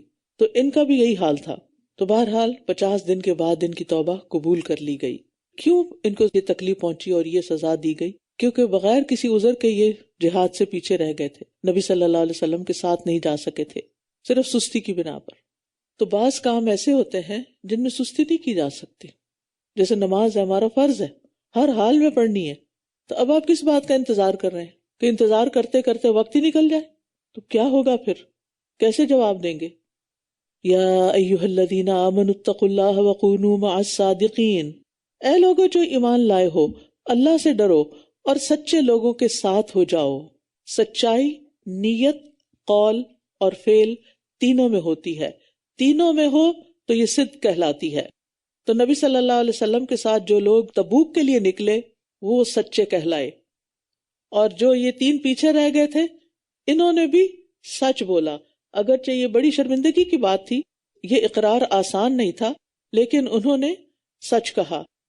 تو اللہ نے سچے مومن انہی کو قرار دیا جو ایمان لانے کے بعد شک میں مبتلا نہیں ہوئے اور انہوں نے اپنی جان اور مال کے ساتھ اللہ کے راستے میں جہاد کیا، اللہ کے راستے میں نکلے، اور جب انہیں خیر کے کسی کام کی طرف بلایا گیا تو وہ فوراً نکل آئے، فوراً اٹھ کھڑے ہوئے. اہل مدینہ اور ان کے پاس رہنے والے بدویوں کے لیے مناسب نہ تھا کہ وہ اللہ کے رسول سے پیچھے رہ جائیں، اور نہ یہ مناسب تھا کہ وہ اپنی جانوں کو آپ کی جان سے بے پرواہ ہو کر عزیز رکھیں. یہ اس لیے کہ انہیں اللہ کے راستے میں کوئی پیاس اور تھکاوٹ اور بھوک نہیں پہنچتی، اور نہ وہ کسی ایسی جگہ قدم رکھتے ہیں جو کفار کو غصہ دلائے، اور نہ دشمن کے مقابلے میں وہ کوئی چیز حاصل کرتے ہیں مگر یہ کہ ان کے لیے اس کے بدلے میں ایک نیک عمل لکھا جاتا ہے. بے شک اللہ نیکی کرنے والوں کا اجر ضائع نہیں کرتا. ان اللہ لا یضیع اجر المحسنین. اللہ کے راستے میں انسان کو کوئی چھوٹی سی تکلیف بھی پہنچتی ہے تو اللہ تعالیٰ اس پر بھی بے پناہ اجر عطا کرتا ہے. بھوک، پیاس، تھکاوٹ، یہ 3 چیزیں تو ہر نیک کام میں لاحق ہو ہی جاتی ہیں. اور اب تراویح آ رہی ہے، قیام لمبا ہوگا، گھر سے نکلنا ہوگا، مسجد جانا ہوگا، جلدی جلدی افطار اور اس کے بعد کھانے کچن سمیٹنا ہوگا تاکہ فوراً پہنچیں، دیر نہ ہو جائیں، پراپر جگہ ملے. یعنی ہو سکتا ہے کہ آپ صحیح سے کھانا نہ کھائے ہوں، ہو سکتا ہے آپ نے اپنا پورا جو واٹر انٹیک ہے وہ نہ لیا ہو، اور ہو سکتا ہے کہ روزہ کھولنے کے بعد آپ پر سستی طاری ہو رہی ہو اور تھکاوٹ ہو اور دل چاہ رہا ہو کہ بس سو جاؤں اب. لیکن ان ساری چیزوں کے باوجود آپ نے سوچا چلو چائے پی کے چلی جاتی، ابھی 2 سپ پی لیے کہ جانے کا وقت ہو گیا، چائے گرم ہے، ساتھ بھی نہیں لے جا سکتے، وہاں تو پینے کا وقت ہی نہیں ہے، چلو کوئی بات نہیں، جیسے ہیں ہلکے ہیں یا بوجھل نکلتے ہیں. تو یہ ایک مثال ہے. اسی طرح کی اور مثالیں بھی ہوتی ہیں. اسی طرح آپ جب پڑھنے کے لیے آتے ہیں یا کسی بیمار کی عیادت کے لیے جاتے ہیں یا کسی اور کام کے لیے، دنیا کے لیے تو بہت لوگ یہ سب کچھ کر رہے ہوتے ہیں، جاب پہ جانے کے لیے تو ساری مشقتیں برداشت ہو رہی ہوتی ہیں، لیکن دین کے کام کے لیے ہم اپنے آپ کو ڈھیل دے دیتے ہیں. لیکن یہ ہمیشہ یاد رکھیں، ان اللہ لا یضیع اجر المحسنین. محسن تکلیف اٹھا کے کام کرتے ہیں، اور جب وہ تکلیف سے گزر جاتے ہیں تو اجر بھی بہت بڑا ہو جاتا ہے. رسول اللہ صلی اللہ علیہ وسلم نے فرمایا، اللہ کے راستے میں جس کسی شخص کو کوئی زخم لگتا ہے اور اللہ جانتا ہے کہ اس کے راستے میں کسے زخم لگا، وہ قیامت کے دن اسی طرح تر و تازہ ہوگا جیسے زخم لگنے کے دن تھا. اس کا رنگ تو خون کی طرح ہوگا لیکن اس کی بو مسک کی طرح ہوگی، نہایت عمدہ. نبی صلی اللہ علیہ وسلم نے فرمایا، اللہ کے نزدیک 2 قطروں اور 2 نشانوں سے زیادہ محبوب کوئی چیز نہیں. اللہ کو بڑے پسند ہے یہ 2 قطرے، یہ 2 نشان. ایک تو اللہ کے خوف سے بہا ہوا آنسوؤں کا قطرہ، اور دوسرا قطرہ خون جو اللہ کی راہ میں بہایا گیا ہو. اور 2 نشانوں میں سے ایک نشان تو وہ ہے جو اللہ کی راہ میں لگے، اور دوسرا نشان وہ ہے جو اللہ کی طرف سے فرض کی ہوئی چیزوں میں سے کسی فرض کی ادائیگی میں لگے. جسے نماز پڑھتے پڑھتے چہرے پر نشان لگ جاتا ہے یا پاؤں کے ٹخنوں پہ لگ جاتا ہے. وَلَا يُنْفِقُونَ نَفَقَةً صَغِيرَةً وَلَا كَبِيرَةً، اور جو بھی چھوٹی اور بڑی چیز وہ خرچ کرتے ہیں اور جو وادی بھی وہ پار کرتے ہیں ان کے لیے اجر لکھ دیا جاتا ہے تاکہ اللہ انہیں بہترین اعمال کا بدلہ عطا کرے جو وہ کیا کرتے تھے۔ آپ دیکھیے کہ چھوٹی یا بڑی چیز، جنگ تبوک میں یہی ہوا تھا۔ حضرت عثمان بن عفان 1000 دینار اپنی آستین میں لے کر آئے، اور جب جیش الاسرہ تیار ہو رہا تھا، لشکر تیار ہو رہا تھا، تو نبی صلی اللہ علیہ وسلم کی گود میں لا کے وہ دینار ڈال دیے۔ دینار سونے کا سکہ ہوتا ہے۔ نبی صلی اللہ علیہ وسلم انہیں اپنی گود میں الٹ پلٹ کر کے دیکھ رہے تھے، یعنی خوشی کے مارے، اور فرمایا آج کے بعد عثمان جو کام بھی کرے اسے کچھ نقصان نہیں دے گا۔ یعنی اللہ تعالیٰ نے اس طرح یہ صدقہ قبول کیا، اور 2 بار یہ بات فرمائی۔ اور کم خرچ کرنے والے وہ لوگ بھی تھے جو رات بھر محنت کر کے 1 کلو کھجوریں لے کر آئے، اور وہ پھر اس مال میں شامل کر دی گئیں۔ تو بات یہ ہے کہ انسان جب اللہ کی اطاعت کا ارادہ کرتا ہے تو اس کا کھڑا ہونا، اس کا بیٹھنا، اس کا چلنا، اس کا کوئی بھی حرکت کرنا، اس کا رک جانا، یہ سب نیکیوں میں لکھ دیا جاتا ہے۔ مثلاً آپ ارادہ کرتے ہیں کہ میں قرآن کلاس اٹینڈ کرنے جاؤں، اب آپ جو چل کے دروازے تک آئے، دروازہ کھولا، چابی لگائے، گاڑی کھولی، بیٹھے، ڈرائیو کیا، راستے میں اشارے آ گئے، وہاں رک گئے کیونکہ یہاں رکنے کی بھی بات ہو رہی، اور پھر آپ پہنچے، پارکنگ نہیں ملی، دور کھڑی کری گاڑی، اور پھر آپ خوشی خوشی دوڑتے دوڑتے آئے، اور آپ کے چہرے پہ کوئی ملال نہیں تھا کیونکہ آپ اللہ کی خاطر نکلے تھے۔ تو اللہ سبحانہ وتعالیٰ ایسی نیکیوں کو قبول فرماتا ہے۔ یہ سب چیزیں نیکیوں میں لکھ دی جاتی ہیں، حتیٰ کہ قدموں کے نشان لکھے جاتے ہیں، گنے جاتے ہیں کہ کتنے قدم چل کے کوئی گیا، کتنے کلومیٹر کوئی فاصلہ طے کر کے گیا۔ نبی صلی اللہ علیہ وسلم نے فرمایا جب انسان وضو کر کے مسجد آتا ہے تو ہر وہ قدم جو مسجد کی طرف اٹھاتا ہے اس 1 قدم کے عوض 10 نیکیاں لکھی جاتی ہیں۔ اور آپ سوچیں کہ گھر سے لے کے مسجد تک، پارکنگ لاٹ سے لے کر ہی مسجد تک کتنے قدم ہو جاتے ہیں۔ تو اس لیے اگر پارکنگ دور بھی ملے تو اس پر کوئی ملال نہیں ہونا چاہیے۔ وَمَا كَانَ الْمُؤْمِنُونَ لِيَنْفِرُوا كَافَّةً فَلَوْلَا نَفَرَ مِنْ كُلِّ فِرْقَةٍ مِّنْهُمْ طَائِفَةٌ لِيَتَفَقَّهُوا فِي الدِّينِ وَلِيُنذِرُوا قَوْمَهُمْ إِذَا رَجَعُوا إِلَيْهِمْ لَعَلَّهُمْ يَحْذَرُونَ۔ اور مومنوں کے لیے یہ بھی مناسب نہیں کہ وہ سب کے سب جہاد کے لیے نکل جائیں، پھر ایسا کیوں نہ ہوا کہ ان کے ہر گروہ میں سے ایک چھوٹی جماعت نکلے تاکہ وہ دین میں سمجھ بوجھ حاصل کریں، اور جب وہ ان کی طرف واپس لوٹ کر جائیں تو اپنی قوم کو خبردار کریں تاکہ وہ بھی گناہوں سے بچتے رہیں۔ جب جنگ تبوک میں پیچھے رہ جانے والوں سے اظہار ناراضگی کیا گیا تو ہر مسلمان کی خواہش اور کوشش یہ ہو گئی کہ آئندہ ہم ہر جنگ میں ضرور جائیں گے۔ تو اس پر یہ آیت اتری کہ تمام مسلمانوں کو ہر مہم کے لیے نہیں نکل جانا چاہیے کہ رسول اللہ صلی اللہ علیہ وسلم مدینہ میں اکیلے رہ جائیں، بلکہ ہر قبیلے میں سے کچھ لوگوں کو مدینہ میں آپ کے پاس آ کر بھی رہنا چاہیے تاکہ وہ مدینہ کی اور رسول اللہ صلی اللہ علیہ وسلم کی پہرے داری کا فریضہ بھی انجام دیں اور علم بھی حاصل کریں، اور واپس جا کر اپنی قوم کو تعلیم دین سے آراستہ کریں۔ اسی طرح کچھ لوگوں کو دینی مدارس میں پڑھنے کے لیے جانا چاہیے تاکہ وہ یکسوئی سے دین کی اچھی سی تعلیم حاصل کر کے واپس جا کے اپنے علاقے کے لوگوں کو سکھا سکیں۔ تو اس سے یہ پتہ چلتا ہے کہ دین کا علم حاصل کرنے کی بھی بہت اہمیت ہے۔ ابن عباس کہتے ہیں سب سے افضل جہاد کرنے والا وہ شخص ہے جو مسجد کی تعمیر کرتا ہے جس میں قرآن، فقہ اور سنت کی تعلیم دی جاتی ہے، یعنی ایسی بلڈنگز بنانا، ایسی عمارتیں بنانا جہاں قرآن و سنت کی تعلیم دی جائے، یہ بہت بڑا اور افضل جہاد ہے۔ پھر اسی طرح عالم کی فضیلت عابد پر ہے، جیسے نبی صلی اللہ علیہ وسلم کی فضیلت ایک عام ادنا امتی پر، اور علم سیکھنے اور سکھانے والے کے لیے سب مخلوقات دعائیں بھی کرتی ہیں۔ رسول اللہ صلی اللہ علیہ وسلم نے فرمایا یقیناً اللہ، اس کے فرشتے اور تمام اہل زمین اور تمام اہل آسمان، یہاں تک کہ چیونٹی اپنے سوراخ میں اور مچھلیاں بھی اس شخص کے لیے دعائے خیر کرتی ہیں جو لوگوں کو بھلائی کی باتیں سکھاتا ہے، اچھی باتیں سکھاتا ہے۔ لہٰذا اچھائی بانٹنے والے بنیں، خیر کی بات دوسروں تک پہنچائیں، چاہے خود بول کے یا کوئی لنک فارورڈ کر کے یا کسی کی رہنمائی کر کے یا اس کو رائٹ دے کے، یا کسی بھی طرح لوگوں کے لیے خیر کی بات پہنچانے والے بن جائیں، کیونکہ اس میں خیر ہی خیر ہے۔ اور آپ کو پتہ ہے کہ جب میں نے یہ آیت پڑھی تھی مجھے یہ اتنی انسپائر کی تھی کہ الہدیٰ جب بنا تو اس کا مشن ہی یہی رکھ دیا گیا کہ الہدیٰ ایک ایسا مرکز ہو کہ جہاں پر لوگ دور دور سے پڑھنے کے لیے آئیں اور اتنی اچھے سے پڑھیں کہ پھر واپس جا کر دوسروں کو سکھانے کے قابل ہوں۔ یہاں بھی اس وقت آپ دیکھیں کہ بڑی سٹیز کے علاوہ چھوٹے چھوٹے ٹاؤنز میں مسلمانوں کی اچھی خاصی آبادیاں ہو گئی، لیکن وہاں کوئی قرآن پڑھانے والا نہیں، کوئی درس دینے والا نہیں، بعض جگہوں پہ تو مسجد بھی نہیں. تو ایسے لوگ بالکل دین سے دور رہ رہے ہیں. تو اس لیے کوشش یہ ہونی چاہیے کہ صرف اپنی ہی بستی میں نہیں، قریب قریب کی بستیوں کو بھی وزٹ کیا کریں اور وہاں بھی دین کی تعلیم کا انتظام کریں. اے لوگو جو ایمان لائے ہو، کفار میں سے جو تمہارے آس پاس ہیں ان سے جنگ کرو. یعنی مدینہ کے مسلمانوں کو اب بتایا جا رہا ہے کہ تبوک میں تو لڑائی ہوئی نہیں تھی، لیکن اس کا یہ فائدہ ہوا کہ باقی جو اندر اندر چھپے ہوئے دشمن تھے وہ بھی ڈر گئے. تو اب مسلمانوں کو حکم دیا جا رہا ہے کہ ان کا بھی خاتمہ کرو، اور لازم ہے کہ وہ تم میں کچھ سختی پائیں، اور جان لو کہ بے شک اللہ متقی لوگوں کے ساتھ ہے. اور جب کوئی صورت نازل کی جاتی ہے تو ان منافقین میں سے بعض لوگ کہتے ہیں کہ اس نے تم میں سے کس کے ایمان کو زیادہ کیا؟ تو رہے وہ لوگ جو ایمان والے ہیں تو اس صورت نے انہیں ایمان میں زیادہ کر دیا اور وہ بہت خوش ہوتے ہیں.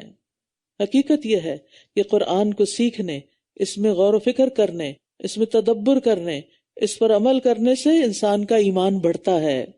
اور اگر انسان قرآن سے اپنا تعلق کاٹ لیتا ہے تو یقیناً ایمان گھٹتا بھی ہے، اور گناہوں سے بھی ایمان گھٹتا ہے. یعنی ایمان اطاعت کے کاموں سے بڑھتا ہے اور نافرمانیوں کے ساتھ اس میں کمی واقع ہوتی ہے.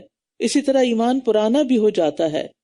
ہمارے لیے ضروری ہے کہ ہم اپنے ایمان کی حفاظت کریں اور اس کی نشو نما کرتے رہیں، ایمان کو گرو کرتے رہیں. صحابہ جو تھے وہ ایمان بڑھانے کے لیے علمی مجالس اختیار کیا کرتے تھے. حضرت عمر اپنے ساتھیوں میں سے ایک یا دو کو کہتے آؤ ہم ایمان میں اضافہ کریں، آؤ مل بیٹھیں اور دین کی باتیں کریں. اور ہم کیا کہتے ہیں؟ آؤ مل کے کچھ گپ شپ کریں، کچھ دل بہلائیں. حالانکہ ہونا کیا چاہیے کہ جب بھی کسی کے ساتھ بیٹھیں کوئی مفید گفتگو کریں، نہ اپنا وقت ضائع کریں اور نہ دوسروں کا کریں. ابن مسعود کہا کرتے تھے آؤ ہمارے پاس بیٹھو، ہم اپنا ایمان بڑھا لیں. اور وہ اپنی دعا میں کہا کرتے تھے اللہم زدنی ایمانا و یقینا و فقہا، یا اللہ مجھے ایمان، یقین اور فقہ عطا کر. اور ایک اور دعا میں ہے اللہم انی اسألک ایمانا لا یرتد، کہ اللہ مجھے ایسا ایمان عطا کر کہ جو کبھی نہ پھرے، کبھی نہ پلٹے، کبھی ختم نہ ہو. ہمیشہ انسان کو حریص ہونا چاہیے کہ اپنے ایمان کو بڑھانے کی فکر کرے اور کوشش کرے، اور اس کے لیے وہ طریقے اور وہ وسائل اختیار کرے جن سے ایمان بڑھتا ہے. اور رہے وہ لوگ جن کے دلوں میں نفاق کی بیماری ہے تو اس صورت نے ان کی نجاست میں مزید نجاست کا اضافہ کر دیا، اور یہ اس حال میں مرے کہ کافر تھے. تو اس سے پتہ چلتا ہے کہ انسان کی روح بھی بیمار ہوتی ہے، اور روح کی بیماریاں کفر اور قابل مذمت اخلاق ہوتے ہیں، اور روح کی تندرستی ایمان، علم اور عمل میں ہے. اور دل پر قرآن کا اثر نہ کرنا دل کے بیمار ہونے کی علامت ہے. اسی لیے فرمایا کہ جن کے دلوں میں نفاق کی بیماری ہے تو قرآن ان کی نجاست میں اضافہ کرتا ہے، یعنی ان کو صاف نہیں کرتا بلکہ اور بگاڑ دیتا ہے. کیا بھلا یہ منافق دیکھتے نہیں کہ یہ ہر سال 1 یا 2 بار آزمائش میں ڈالے جاتے ہیں، پھر بھی نہ یہ توبہ کرتے ہیں اور نہ نصیحت پکڑتے ہیں. اور جب کوئی صورت نازل کی جاتی ہے تو یہ ایک دوسرے کی طرف دیکھتے ہیں، یعنی آنکھوں میں اشارے کرتے ہیں اور کہتے ہیں کیا تمہیں کوئی دیکھ تو نہیں رہا؟ پھر وہ واپس پلٹ جاتے ہیں. یعنی جب وہ دیکھتے ہیں کہ دوسرے لوگوں کا دھیان کسی اور طرف ہے تو چپکے سے کھسک جاتے ہیں مجلس سے. اللہ نے ان کے دلوں کو پھیر دیا اس لیے کہ یہ ایسے لوگ ہیں جو سمجھتے نہیں. یعنی خیر کی مجالس سے منہ پھیرنے کی سزا کیا ہے کہ دل سے ایمان اور خیر اور اطاعت نکل جاتی ہے. انسان ایمان اور ہر خیر اور اطاعت کے کام سے پھیر دیا جاتا ہے، وہ اور کاموں میں مشغول ہو جاتا ہے. لَقَدْ جَاءَكُمْ رَسُولٌ مِّنْ أَنفُسِكُمْ عَزِيزٌ عَلَيْهِ مَا عَنِتُّمْ حَرِيصٌ عَلَيْكُمْ بِالْمُؤْمِنِينَ رَءُوفٌ رَحِيمٌ. اے لوگو بے شک تمہارے پاس تم ہی میں سے ایک رسول آ گیا ہے جس پر تمہارا مشقت میں پڑنا گراں گزرتا ہے، تمہاری بھلائی کا حریص ہے، مومنوں پر بہت شفقت کرنے والا، نہایت رحم کرنے والا ہے. اس سے نبی صلی اللہ علیہ وسلم کے اخلاق پتہ چلتے ہیں کہ وہ اپنے لیے نہیں دوسروں کے لیے جیتے تھے اور دوسروں کی خیر خواہی کرتے تھے. ابو ذر کہتے ہیں ہم نے رسول اللہ صلی اللہ علیہ وسلم کو اس حال میں چھوڑا کہ جب کوئی پرندہ فضا میں اپنے پر پھڑپڑاتا تو آپ اس سے ہمارے لیے کوئی علم کی بات نکال لیتے، اور کوئی ایسا عمل باقی نہیں رہا جو جنت کے قریب اور جہنم سے دور کرتا ہے مگر اس کے لیے آپ نے وضاحت فرما دی. آپ نے اپنی امت کی خاطر اپنے آرام کو ترک کیا اور مسلمانوں کی تکلیفوں کا احساس کرتے ہوئے ان کو ہر طرح کی خیر پہنچائی.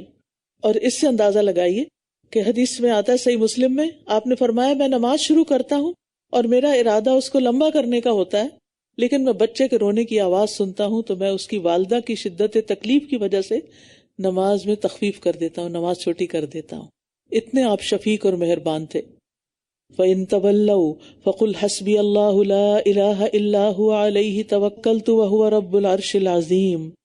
پھر اگر یہ منہ موڑ لیں تو آپ کہہ دیجئے کہ اللہ مجھے کافی ہے، اس کے سوا کوئی معبود نہیں، اسی پر میں نے توکل کیا اور وہ عرش عظیم کا رب ہے. یہ کلمہ بڑا ہی مبارک ہے.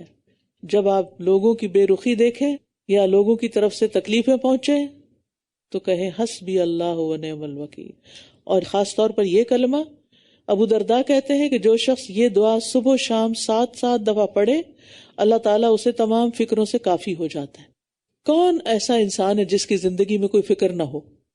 لیکن ان فکروں کو ہم کتنا بھی کوشش کریں اپنے آپ سے الگ نہیں کر سکتے. تو اس کے لیے یہ دعا ہے حسبی اللہ لا الہ الا ہوا علیہ توکلت وہو رب العرش العظیم. سورۃ یونس. بسم اللہ الرحمن الرحیم. الف لام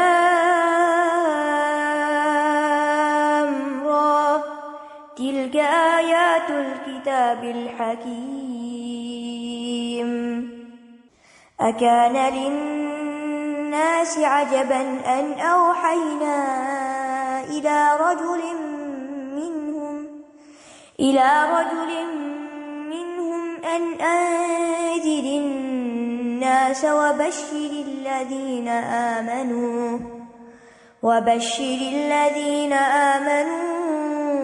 أن لهم قدم صدق عند ربهم قال الكافرون إن هذا لساحر مبين. واصلہ بن اسقر رضی اللہ عنہ سے روایت ہے کہ نبی صلی اللہ علیہ وسلم نے فرمایا مجھے تورات کی جگہ 7 ابتدائی طویل صورتیں دی گئیں اور مجھے زبور کی بجائے 100 آیات والی صورتیں دی گئیں، اور سورۃ یونس 100 آیات والی صورتوں میں سے ہے. بسم اللہ الرحمن الرحیم. الف لام را تلک آیات الکتاب الحکیم. الف لام را یہ حکمت والی کتاب کی آیات ہیں، یعنی قرآن حکمت سے لبریز کتاب ہے، اچھے اخلاق کی طرف دعوت دیتا ہے اور برے اخلاق سے روکتا ہے. کعب رضی اللہ عنہ کہتے ہیں قرآن کو لازم پکڑ لو کیونکہ وہ عقل کی تیزی، حکمت کی روشنی اور علم کا سرچشمہ ہے. کیا لوگوں کو اس بات پر تعجب ہوا کہ ہم نے انہی میں سے ایک شخص کی طرف وحی کی کہ لوگوں کو خبردار کیجیے اور جو ایمان لے آئیں انہیں خوشخبری دے دیجیے کہ ان کے رب کے ہاں ان کے لیے سچا مرتبہ ہے. لیکن کافروں نے کہا یہ شخص تو یقیناً کھلم کھلا جادوگر ہے. بے شک تمہارا رب اللہ ہی ہے، وہ جس نے آسمانوں اور زمین کو 6 دنوں میں پیدا کیا، پھر وہ عرش پر مستوی ہوا. وہ تمام معاملات کی تدبیر کرتا ہے، اس کی اجازت کے بغیر کوئی سفارش کرنے والا نہیں ہے. وہی اللہ تمہارا رب ہے، بس تم اسی کی عبادت کرو. کیا پھر تم نصیحت حاصل نہیں کرتے؟ اب یہاں پر آپ دیکھیے کہ اللہ سبحانہ وتعالیٰ ہی کے خالق ہونے کی بات کی گئی کہ کس طرح اس نے صرف 6 دنوں میں آسمان و زمین کو تخلیق کر لیا. اتنی بڑی کائنات اور اس کا اتنا عظیم الشان نظام جس میں نہ کوئی ایکسیڈنٹس ہیں، حادثے ہیں، نہ تصادم ہے. اور 6 دنوں سے مراد یا تو وہ دن ہے جس کے بارے میں قرآن میں آتا ہے کہ وَإِنَّ يَوْمًا عِندَ رَبِّكَ كَأَلْفِ سَنَةٍ مِّمَّا تَعُدُّونَ، اور بے شک ایک دن تیرے رب کے ہاں 1000 سال کے برابر ہے اس گنتی سے جو تم شمار کرتے ہو. یا اس سے مراد ہمارے ہی 6 دن ہیں کیونکہ یہ دن رات و سورج کی پیدائش کے بعد وجود میں آئے. اسی کی طرف تم سب کو لوٹ کر جانا ہے. اللہ کا وعدہ سچا ہے، بے شک وہی پیدائش کی ابتدا کرتا ہے، پھر وہی اسے دوبارہ لوٹائے گا تاکہ وہ ان لوگوں کو انصاف کے ساتھ بدلہ دے جو ایمان لائے اور انہوں نے نیک عمل کیے. اور جن لوگوں نے کفر کیا ان کے لیے سخت گرم پانی کا پینا ہے اور دردناک عذاب ہے، اس لیے کہ یہ کفر کرتے تھے. وہی ہے جس نے سورج کو روشن بنایا اور چاند کو منور کیا اور اس کی منزلیں مقرر کی تاکہ تم سالوں کی گنتی اور حساب کو جان لو، اللہ نے یہ سب کچھ حق کے ساتھ پیدا کیا. وہ آیات کو تفصیل سے بیان کرتا ہے ان لوگوں کے لیے جو علم رکھتے ہیں. یہاں سورج کو ضیاء اور چاند کو نور کہا گیا. ضیاء کہتے ہیں تیز روشنی والا، اور نور ٹھنڈی روشنی کو کہتے ہیں، یعنی پرسکون روشنی کے لیے نور کا لفظ استعمال ہوتا ہے. تو ضیاء اور نور میں وہی فرق ہے جو سورج کی تیز اور گرم روشنی اور چاند کی پرسکون روشنی میں ہے. تو انسان کی نقل و حرکت کے لیے، کام کاج کے لیے اور باقی چیزوں کے بھی کام کرنے کے لیے دن اور رات کی طرح سورج اور چاند بھی ضروری ہیں. بے شک رات اور دن کے آگے پیچھے آنے میں اور جو بھی اللہ نے آسمانوں اور زمین میں پیدا کیا ہے اس میں ان لوگوں کے لیے نشانیاں ہیں جو تقوی اختیار کرتے ہیں. بے شک وہ لوگ جو ہماری ملاقات کی امید نہیں رکھتے اور دنیا کی زندگی پر راضی ہو گئے اور اسی پر مطمئن ہو گئے، اور وہ لوگ جو ہماری آیات سے غافل ہیں. تو آخرت کا انکار کرنے والوں کی 4 صفات بتائی جا رہی ہیں. پہلی صفت لا یرجون لقاءنا، کہ وہ اللہ سے ملاقات کی امید نہیں رکھتے. دوسری، وہ دنیا کی زندگی پر خوش ہو گئے ہیں، اور دنیا کی زندگی پر وہی خوش ہو سکتا ہے جس کا پورا وجود خواہشات کا اسیر ہو. تیسرے، نہ صرف یہ کہ خوش ہیں بلکہ دنیا کی زندگی پر مطمئن بھی ہیں، وہ سمجھتے ہیں اس کے بعد کہیں اور تو جانا نہیں. اور چوتھے یہ کہ وہ ہماری آیات سے غافل ہیں، نشانیوں سے سبق نہیں لیتے. اولئک مأواہم النار بما کانوا یکسبون.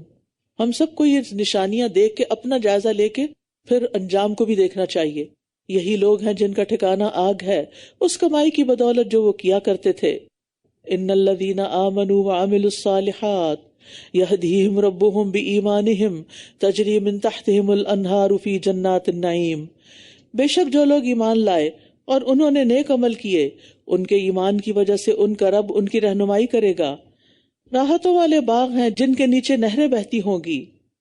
یعنی اللہ سبحانہ وتعالی ایمان اور عمل صالح کرنے والوں کو ان کے ایمان کی وجہ سے دنیا میں صراط مستقیم عطا کرے گا، سیدھے رستے کی طرف چلنے کی توفیق دے گا، اور پھر قیامت کے دن جنت کی طرف جانے کا رستہ دکھا دے گا، پل صراط کو آسانی سے پار کرا دے گا. ابن جریج کہتے ہیں اس آیت کے بارے میں کہ جب ایسا انسان اپنی قبر سے اٹھے گا تو اس کا عمل اس کے لیے ایک اچھی شکل و صورت اور اچھی خوشبو کی شکل میں سامنے آئے گا. وہ اپنے ساتھی کے گلے ملے گا، عمل اس کا اسے تمام بھلائیوں کی خوشخبری دے گا. وہ اس سے کہے گا تم کون ہو؟ وہ کہے گا میں تمہارا عمل ہوں. تو وہ اس کے آگے آگے روشنی کرے گا یہاں تک کہ جنت میں لے جائے گا. جنت میں جانے تک اس کے لیے روشنی کر رہا ہوگا، اور یہ اس کا اپنا عمل ہوگا. جتنا اچھا عمل ہوگا اتنی ہی بڑی روشنی. اور کافر کے لیے اس کا عمل بری شکل اور بدبودار صورت میں متشکل ہوگا. وہ اپنے مالک سے چمٹ جائے گا اور چمٹا ہی رہے گا یہاں تک کہ اسے جہنم میں لے جا پھینکے. اسی طرح انسان کے نیک اعمال قبر میں بھی اس کے ساتھ ہوں گے. نبی صلی اللہ علیہ وسلم نے فرمایا مومن کی مثال اور موت کی مثال اس شخص کی طرح جس کے 3 دوست ہوں. ان میں سے ایک اس کا مال ہو، وہ کہے اپنی چاہت کے مطابق لے لو. دوسرا کہے میں تیرے ساتھ ہوں، جب تو مر جائے گا تو میں تجھ سے جدا ہو جاؤں گا. تیسرا کہے میں تیرے ساتھ ہوں اور تیرے ساتھ ہی نکلوں گا. پہلا دوست مال ہے، دوسرا اس کی آل اولاد ہے، تیسرا اس کا عمل ہے. صرف عمل ہے جو ساتھ جائے گا اور ساتھ رہے گا. اسی طرح ایک اور روایت میں آتا ہے کہ مردے کے پاس قبر میں ایک آدمی ایسا آتا ہے جس کا چہرہ انتہائی خوبصورت، اس کے کپڑے انتہائی خوبصورت ہیں اور اس سے بہت اچھی خوشبو آتی ہے. وہ کہتا ہے تو خوشخبری پا اس چیز کی جو تجھے خوش کر دے، یہ تیرا وہ دن ہے جس کا تجھ سے وعدہ کیا جاتا تھا. وہ فوت شدہ آدمی اس سے کہتا ہے بشرک اللہ بخیر، اللہ تجھے بھی خیر کی بشارت دے. تو کون ہے؟ تیرا چہرہ کتنا مبارک ہے، تو خیر لے کر آیا ہے. وہ کہتا ہے میں تیرا نیک عمل ہوں. اللہ کی قسم جو کچھ میں جانتا ہوں وہ یہ ہے کہ تو اللہ کی اطاعت میں بڑی جلدی کرتا تھا اور اللہ کی نافرمانی میں بہت ہی سست تھا. یہ اس کا بدلہ ہے. عمل کہے گا نیکی میں تو جلدی کرتا تھا اور نافرمانی میں پیچھے رہتا تھا. آج ہمارا حال کیا ہو گیا ہے؟ بالکل اس کے برعکس. دعواہم فیہا سبحانک اللہم وتحیتہم فیہا سلام وآخر دعواہم ان الحمد للہ رب العالمین. اس میں یعنی جنت میں ان کی پکار ہوگی پاک ہے تو اے اللہ، اور ان کی دعا اس میں سلام ہوگا یعنی السلام علیکم کی پکار ہر طرف ہوگی. اور ان کی آخری پکار ہوگی کہ تمام تعریفیں اللہ کے لیے ہیں جو تمام جہانوں کا رب ہے. تو اہل جنت ہر وقت اللہ کی تعریف کر رہے ہوں گے، آپس میں ایک دوسرے کو سلام بھیج رہے ہوں گے، فرشتے بھی انہیں آ کر سلام کہیں گے، کسی قسم کی کوئی لغو بات نہ سنیں گے۔ لا يسمعون فیہا لغوا ولا تأثیما، ایک اور جگہ آتا لا يسمعون فیہا لغوا الا سلاما، سلام ہی سلام ہر طرف ہوگا۔ اور آخری بات کیا ہوگی کہ ساری تعریفیں، سارا شکر اللہ رب العالمین کے لیے ہے۔ اسی لیے مجلس کے اختتام پر بھی یہ دعا پڑھی جاتی ہے۔ اور اگر اللہ لوگوں کے لیے شر کا معاملہ کرنے میں اسی طرح جلدی کرتا جیسا کہ وہ خیر مانگنے میں جلدی کرتے ہیں تو ان کی مقررہ مدت پوری کر دی گئی ہوتی۔ لہٰذا جو لوگ ہماری ملاقات کی توقع نہیں رکھتے انہیں ہم چھوڑ دیتے ہیں کہ وہ اپنی سرکشی میں بھٹکتے پھریں۔ ایک مطلب تو یہ ہے کہ جس طرح انسان خیر طلب کرنے میں جلدی کرتا ہے، اسی طرح شر طلب کرنے میں بھی کبھی وہ جلدی کرتا ہے۔ پیغمبروں سے کہتا ہے اگر تم سچے ہو تو عذاب لے آؤ، اور کبھی دنیا کی زندگی سے تنگ ہوتا ہے تو انسان اپنے لیے، بچوں کے لیے بد دعا کر دیتا ہے، تو اس کے نتیجے میں دعا اگر قبول ہو جاتی ہے تو انسان کا خاتمہ ہو جاتا ہے، یا پھر اولاد اس کے ہاتھ سے چلی جاتی ہے۔ تو اس لیے انسان کو دعا مانگتے ہوئے سوچ سمجھ کے مانگنی چاہیے کہ میں کیا مانگ رہا ہوں۔ اور جب انسان کو کوئی تکلیف پہنچتی ہے تو وہ ہمیں اپنی کروٹ پر لیٹے ہوئے یا بیٹھے ہوئے یا کھڑے ہوئے پکارتا ہے، پھر جب ہم اس سے اس کی تکلیف ہٹا دیتے ہیں تو وہ منہ موڑ کر یوں چل دیتا ہے گویا اس نے کسی تکلیف میں جو اسے پہنچی تھی ہمیں پکارا ہی نہ تھا۔ اس طرح حد سے گزرنے والوں کے لیے خوبصورت بنا دیا گیا جو کچھ یہ کیا کرتے تھے۔ تو یہاں اکثر انسانوں کی حالت بتائی جا رہی ہے، اور بعض اوقات اللہ کے ماننے والے بھی اس کوتاہی کا ارتکاب کرتے ہیں۔ یعنی مصیبت کے وقت خوب اللہ اللہ ہوتا ہے، دعائیں کی جاتی ہے، توبہ استغفار کا اہتمام کیا جاتا ہے، لیکن جب اللہ تعالیٰ مصیبت کا کڑا وقت نکال دیتے ہیں تو پھر بارگاہ الہی میں دعا کرنے اور گڑ گڑانے سے غافل ہو جاتے ہیں، اور پھر اگر وہ اس مشکل سے نکل چکے ہوں تو اللہ کا جو اصل محسن ہے اس کا شکر بھی ادا نہیں کرتے۔ اول تو یہ ہے کہ دعا کرنے میں ہمیں یہ ہوتا ہے کہ اچھا ابھی کتنی دعائیں ہیں، کتنا، اور قرآن پڑھتے ہیں تو ورقے گنتے رہتے ہیں، دعاؤں کی کوئی کتاب پڑھتے ہیں تو دیکھتے رہتے ہیں اچھا کون سے نمبر پہ پہنچے ہیں، باقی کتنا ہے۔ تو بات یہ ہے کہ انسان یعنی تکلیف آئے تو اللہ سے مانگنے میں بھی سستی سے کام لیتا ہے۔ یعنی یہ جب دعا اور قرآن کی مثال میں نے دی، یعنی جب کوئی تکلیف آتی ہے تو یہی چیزیں ہمارے کام آتی ہیں، دعائیں کام آتی ہیں، دل پریشان ہو تو قرآن کا پڑھنا کام آتا ہے۔ تو پھر اس میں جلدی کس بات کی کہ کتنے دن کا وظیفہ ہے اور کتنے دن پڑھنی ہوگی دعا، اور کب تک یہ کام کرنا ہوگا، کب میری مصیبت آسان ہوگی۔ دعائیں قبول ہوتی ہیں جب تک انسان جلد بازی نہ کرے، اور پھر جب دعائیں قبول ہو جاتی ہیں تو کچھ لوگ انتہائی ناقدرے ناشکرے ہوتے ہیں، ان کو اللہ کا شکر ادا کرنے کی بھی توفیق نہیں ہوتی۔ لیکن یاد رکھیے جو خوشحالی میں اللہ کو یاد رکھتا ہے اللہ تکلیف میں اس کو یاد رکھتا ہے۔ اور یقیناً ہم نے تم سے پہلے کئی امتوں کو ہلاک کر دیا جب انہوں نے ظلم کیا، حالانکہ ان کے پاس ان کے رسول واضح دلائل کے ساتھ آئے تھے، وہ ایسے نہ تھے کہ ایمان لے آتے۔ ہم مجرم قوم کو اسی طرح بدلہ دیتے ہیں، پھر ان کے بعد ہم نے تمہیں زمین میں جانشین بنا دیا تاکہ ہم دیکھ لیں کہ تم کس طرح کے عمل کرتے ہو۔ اور جب ان پر ہماری واضح آیات پڑھی جاتی ہیں تو وہ لوگ جو ہماری ملاقات کی امید نہیں رکھتے وہ کہتے ہیں کہ اس کے علاوہ کوئی اور قرآن لے آؤ یا اسی کو بدل دو۔ کہہ دیجئے میرے لیے ممکن نہیں کہ میں اسے اپنی طرف سے بدل دوں، میں تو صرف اسی چیز کی پیروی کرتا ہوں جو میری طرف وحی کی جاتی ہے۔ اگر میں نے اپنے رب کی نافرمانی کی تو بے شک میں ایک بڑے دن کے عذاب سے ڈرتا ہوں۔ اور یہ بھی لوگوں کا حال ہے، خود نہیں بدلتے قرآن کو بدل دیتے ہیں۔ وہ چاہتے ہیں کہ اللہ کے دین کی اطاعت کریں لیکن پورے کے پورے اسلام میں داخل نہیں ہوتے۔ کہہ دیجئے اگر اللہ چاہتا تو میں اس قرآن کو تم پر نہ پڑھتا اور نہ وہ تمہیں اس کی خبر دیتا، یعنی اللہ تعالیٰ بھیجتا بھی نہ تمہارے پاس۔ اس سے پہلے بھی تو میں تمہارے درمیان ایک عمر بسر کر چکا ہوں، کیا پھر بھی تم عقل سے کام نہیں لیتے؟ یعنی سارا معاملہ اللہ کی مشیت پر موقوف ہے۔ وہ چاہتا تو میں نہ تمہیں پڑھ کر سناتا، نہ تمہیں کوئی اس کی اطلاع دیتا، اور نہ میں تمہیں اس کے بارے میں کچھ بھی بتاتا۔ یہ تو اللہ نے مجھے یہ کلام دیا ہے اور میرے ذمے لگایا ہے کہ میں اسے تم تک پہنچاؤں، تو اس لیے صبر کے ساتھ اس کو سنتے جاؤ اور عمل کرتے جاؤ، کیونکہ نجات کا انحصار اسی پر ہے۔ پھر اس سے بڑا ظالم کون ہے جو اللہ پر جھوٹ گھڑے یا اس کی آیات کو جھٹلائے؟ بے شک مجرم فلاح نہیں پاتے۔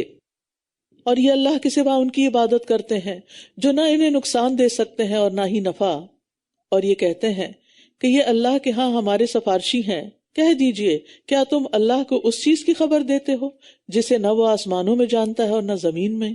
وہ پاک اور بلندتر ہے اس سے جو بھی یہ شریک ٹھہراتے ہیں۔ مشرکین جو تھے وہ اللہ کے ساتھ دیگر معبودوں کو پکارتے تھے، یعنی اللہ کی عبادت بھی کرتے اور کچھ اور ہستیوں کو بھی غائبانہ طور پر پکارتے تھے۔ یعنی آج مسلمانوں کا بھی یہی حال ہے، اللہ کی عبادت کرتے، نماز وغیرہ بھی پڑھتے، لیکن قبروں پر جا کر مردوں کا وسیلہ بھی پکڑتے ہیں۔ اچھا، مشرکین کیا کہتے تھے؟ ہم انہیں اللہ نہیں مانتے، بس یہ اللہ سے ہمارے کام کروا دیتے ہیں، اس لیے ہم نے ان کا دامن پکڑ لیا۔ کیوں؟ کیونکہ اللہ کی ہاں ان کی سفارش رد نہیں ہوتی۔ لیکن بات یہ ہے کہ اللہ تعالیٰ کیا بتاتے ہیں کہ وہ انہیں نہ کوئی فائدہ پہنچا سکتے نہ نقصان، کیونکہ اصل معاملہ تو اللہ کے ہاتھ میں ہے۔ اور تمام لوگ ایک ہی امت تھے، پھر انہوں نے باہم اختلاف کیا، اور اگر آپ کے رب کی طرف سے ایک بات پہلے سے طے نہ کی جا چکی ہوتی تو یقیناً ان کے درمیان اس معاملے میں فیصلہ کر دیا جاتا جس میں یہ اختلاف کر رہے ہیں۔ اور یہ کہتے ہیں اس رسول پر اس کے رب کی طرف سے کوئی نشانی کیوں نہ اتاری گئی؟ تو کہہ دیجئے بے شک غیب تو اللہ ہی کے لیے ہے، پس تم انتظار کرو، میں بھی تمہارے ساتھ انتظار کرنے والوں میں سے ہوں۔ اور جب ہم لوگوں کو رحمت کا مزہ چکھاتے ہیں اس مصیبت کے بعد جو انہیں پہنچی تھی، تو وہ فوراً ہی ہماری آیات کے بارے میں چالیں چلنے لگتے ہیں۔ کہہ دیجئے اللہ چال چلنے میں زیادہ تیز ہے، بے شک ہمارے بھیجے ہوئے فرشتے لکھ رہے ہیں جو چالیں تم چل رہے ہو۔ مصیبت کے بعد نعمت کا کیا مطلب ہے؟ جیسے تنگی، قحط سالی، آلام، تکلیفوں، مصیبتوں کے بعد رزق کی فراوانی ہو جانا، اسباب معیشت کی ارزانی ہو جانا، مہنگائی کے بعد پھر مہنگائی کا ختم ہو جانا۔ یعنی جب نعمتیں ملتی ہیں تو پھر یہ اللہ تعالیٰ کا شکر ادا کرنا بھول جاتے ہیں اور اس کے ساتھ دوسروں کو شریک کر لیتے ہیں کہ ان کی وجہ سے ہوا، یہ نعمتیں ہمیں فلاں کی وجہ سے ملی ہیں، فلاں کی نظر کرم ہے اور فلاں بڑا مہربان ہے، فلاں کی دعا ہے۔ اچھا، یہ جملہ بھی ذرا سوچ سمجھ کے بولی، فلاں بزرگ کی دعا ہے اس کو۔ اچھا بھائی، آپ کو کیسے پتا چلا کہ اسی کی دعا قبول ہوئی؟ کیسے آپ یہ دعویٰ کر رہے ہیں؟ فلاں بزرگ کی نظر کرم ہے۔ کیا نظر کرم؟ کیا اللہ کی نظر کرم کافی نہیں؟ یعنی اگر کوئی کسی کو پیار سے دیکھ لیتا ہے یا اس پر نظر کر لیتا ہے تو اس کا کیا مطلب بنتا ہے کہ اس کی تقدیر بدل جائے گی؟ وہی ہے جو تمہیں خشکی اور سمندر میں چلاتا ہے، یہاں تک کہ جب تم کشتیوں میں سوار ہوتے ہو اور وہ انہیں لے کر عمدہ ہوا کے ساتھ چل دیتی ہیں، اور وہ اس سے خوش ہو جاتے ہیں کہ یکایک ان کشتیوں پر شدید ہوا آ جاتی ہے اور ہر طرف سے موجیں انہیں گھیر لیتی ہیں، اور وہ سمجھ جاتے ہیں کہ انہیں گھیر لیا گیا ہے، تو اس وقت وہ دین کو اللہ کے لیے خالص کرتے ہوئے اسی کو پکارنے لگتے ہیں کہ اگر تو نے ہمیں اس مشکل سے نجات دے دی تو ہم ضرور شکر گزاروں میں سے ہو جائیں گے۔ لیکن پھر کیا ہوتا ہے؟ پھر جب وہ انہیں نجات دے دیتا ہے تب وہ زمین میں ناحق سرکشی کرنے لگتے ہیں، اللہ کو تو بھول ہی جاتے ہیں۔ اے لوگو، بے شک تمہاری سرکشی تمہارے اپنے ہی خلاف ہے، دنیا کی زندگی کا تھوڑا سا فائدہ ہے، پھر ہماری طرف ہی تمہارا لوٹنا ہے، پھر ہم تمہیں بتائیں گے جو کچھ تم کرتے رہے۔ انما مثل الحیات الدنیا، بے شک دنیا کی زندگی کی مثال تو اس پانی کی طرح ہے جسے ہم نے آسمان سے اتارا، پھر اس کے ساتھ زمین کی نباتات خوب گھنی ہو کر مل جل گئی، جس میں سے انسان اور مویشی کھاتے ہیں، یہاں تک کہ جب زمین نے اپنی رونق پکڑ لی اور خوب مزین ہو گئی اور اس کے رہنے والوں نے یقین کر لیا کہ وہ اس پر پوری طرح قادر ہے، تو رات یا دن کو اس پر ہمارا حکم آ گیا تو ہم نے اسے کٹی ہوئی کھیتی کی طرح کر دیا، گویا کل وہ تھی ہی نہیں۔ اس طرح ہم قدرت کی نشانیاں کھول کھول کر بیان کرتے ہیں ان لوگوں کے لیے جو غور و فکر کرتے ہیں۔ تو یہ دنیا کی زندگی کی مثال ہے کہ دنیا کا مال آتا ہے انسان کے پاس، انسان خوب رونقیں اپنے ارد گرد آباد کر لیتا ہے، ہر چیز مزین ہو جاتی ہے، گھر مزین ہو جاتے ہیں، گاڑیوں کے لیٹسٹ ماڈل آ جاتے ہیں، لباس بدل جاتا ہے، کھانے پینے کے سٹائل بدل جاتے ہیں، سارا کچھ ہوتا ہے۔ لیکن پھر کیا ہوتا ہے؟ اچانک کوئی مصیبت آ جاتی ہے تو سب کچھ چلا جاتا ہے، کوئی بیماری آ جاتی ہے، ہر چیز بے معنی ہو کے رہ جاتی ہے، کسی بھی چیز کی طرف انسان کی توجہ اور دلچسپی نہیں رہتی۔ اور آپ دیکھیے کتنی ہی حویلیاں، کتنے ہی بڑے بڑے محلات اور آثار قدیمہ جا کے دیکھیے، کھنڈرات، کہ ان میں کیسے لوگ بستے تھے، وہ کیسے رہتے تھے، اور آج وہ کہاں ہیں، ان کا نام کیا ہے، کوئی نہیں جانتا۔ لیکن اس کے برعکس واللہ یدعو الی دار السلام، اور اللہ سلامتی کے گھر کی طرف دعوت دیتا ہے اور جس کی چاہتا ہے سیدھے راستے کی طرف رہنمائی کرتا ہے۔ حضرت جابر بیان کرتے ہیں کہ رسول اللہ صلی اللہ علیہ وسلم نے فرمایا کہ جبریل اور میکائیل نے آپس میں میرے لیے ایک مثال بیان کی کہ اس کی مثال ایسی ہے کہ ایک بادشاہ نے محل بنایا، پھر اس میں ایک شاندار دعوت کا اہتمام کیا اور لوگوں کو بلانے کے لیے ایک بلانے والا بھیجا۔ بس جس شخص نے اس بلانے والے کے کہنے کو قبول کیا تو وہ محل میں بھی داخل ہوگا اور کھانا بھی کھائے گا، اور جو بلانے والے کے کہنے کو قبول نہیں کرے گا وہ نہ تو محل میں داخل ہوگا اور نہ کھانا کھائے گا۔ پھر انہوں نے کہا اس کے لیے اس کی وضاحت کر دو، یعنی جو مثال بیان ہوئی ہے تاکہ یہ سمجھ جائے۔ تو ایک نے کہا کہ وہ محل جنت ہے اور اس کی طرف بلانے والے محمد ہیں صلی اللہ علیہ وسلم۔ تو جس نے محمد صلی اللہ علیہ وسلم کی اطاعت کی اس نے اللہ کی اطاعت کی، اور جس نے محمد صلی اللہ علیہ وسلم کی نافرمانی کی تو اس نے اللہ کی نافرمانی کی۔ اور محمد صلی اللہ علیہ وسلم لوگوں کے اچھے برے کے درمیان فرق کرنے والے ہیں۔ جنت ایک محل ہے جس کی طرف آپ دعوت دے رہے ہیں، جو آپ کی دعوت قبول کر لے گا وہ اس میں داخل ہو جائے گا اور اندر کی نعمتیں بھی استعمال کر لے گا، اور جو دعوت قبول نہیں کرے گا، جو نبی صلی اللہ علیہ وسلم کی بات نہیں مانے گا، وہ محروم ہو جائے گا۔ بعض اوقات ایسا ہوتا ہے نا کہ آپ کہیں جا رہے ہوتے ہیں، کہیں کھانا بٹ رہا ہوتا ہے، وہ آپ کو بلاتے ہیں آئیے آپ بھی کھا لیجیے، آپ کہتے نہیں شکریہ مجھے نہیں چاہیے، لیکن جو پہنچتے ہیں وہ کھا لیتے ہیں۔ آپ کو کوئی انویٹیشن دیتا ہے، آپ روزمرہ کی زندگی میں ہوتا ہے، آپ کو انویٹیشن ملا شادی کا، آپ چلے گئے، آپ نے دعوت کا کھانا کھا لیا۔ آپ نے انویٹیشن قبول نہیں کیا تو گھر میں تو کھانا نہیں آئے گا، آپ نے نہیں کھایا، آپ محروم رہ گئے۔ تو اللہ کے رسول صلی اللہ علیہ وسلم نے ہم سب کو جنت کی دعوت دی ہے، تو جو ہیں قبول کرنے والے وہ آگے بڑھ جائیں گے اور یہ جاننے کی کوشش کریں گے کہ کیا کیا باتیں آپ نے بتائیں، پھر ہم نے کرنا کیا ہے، اس کی تیاری کیسے کریں۔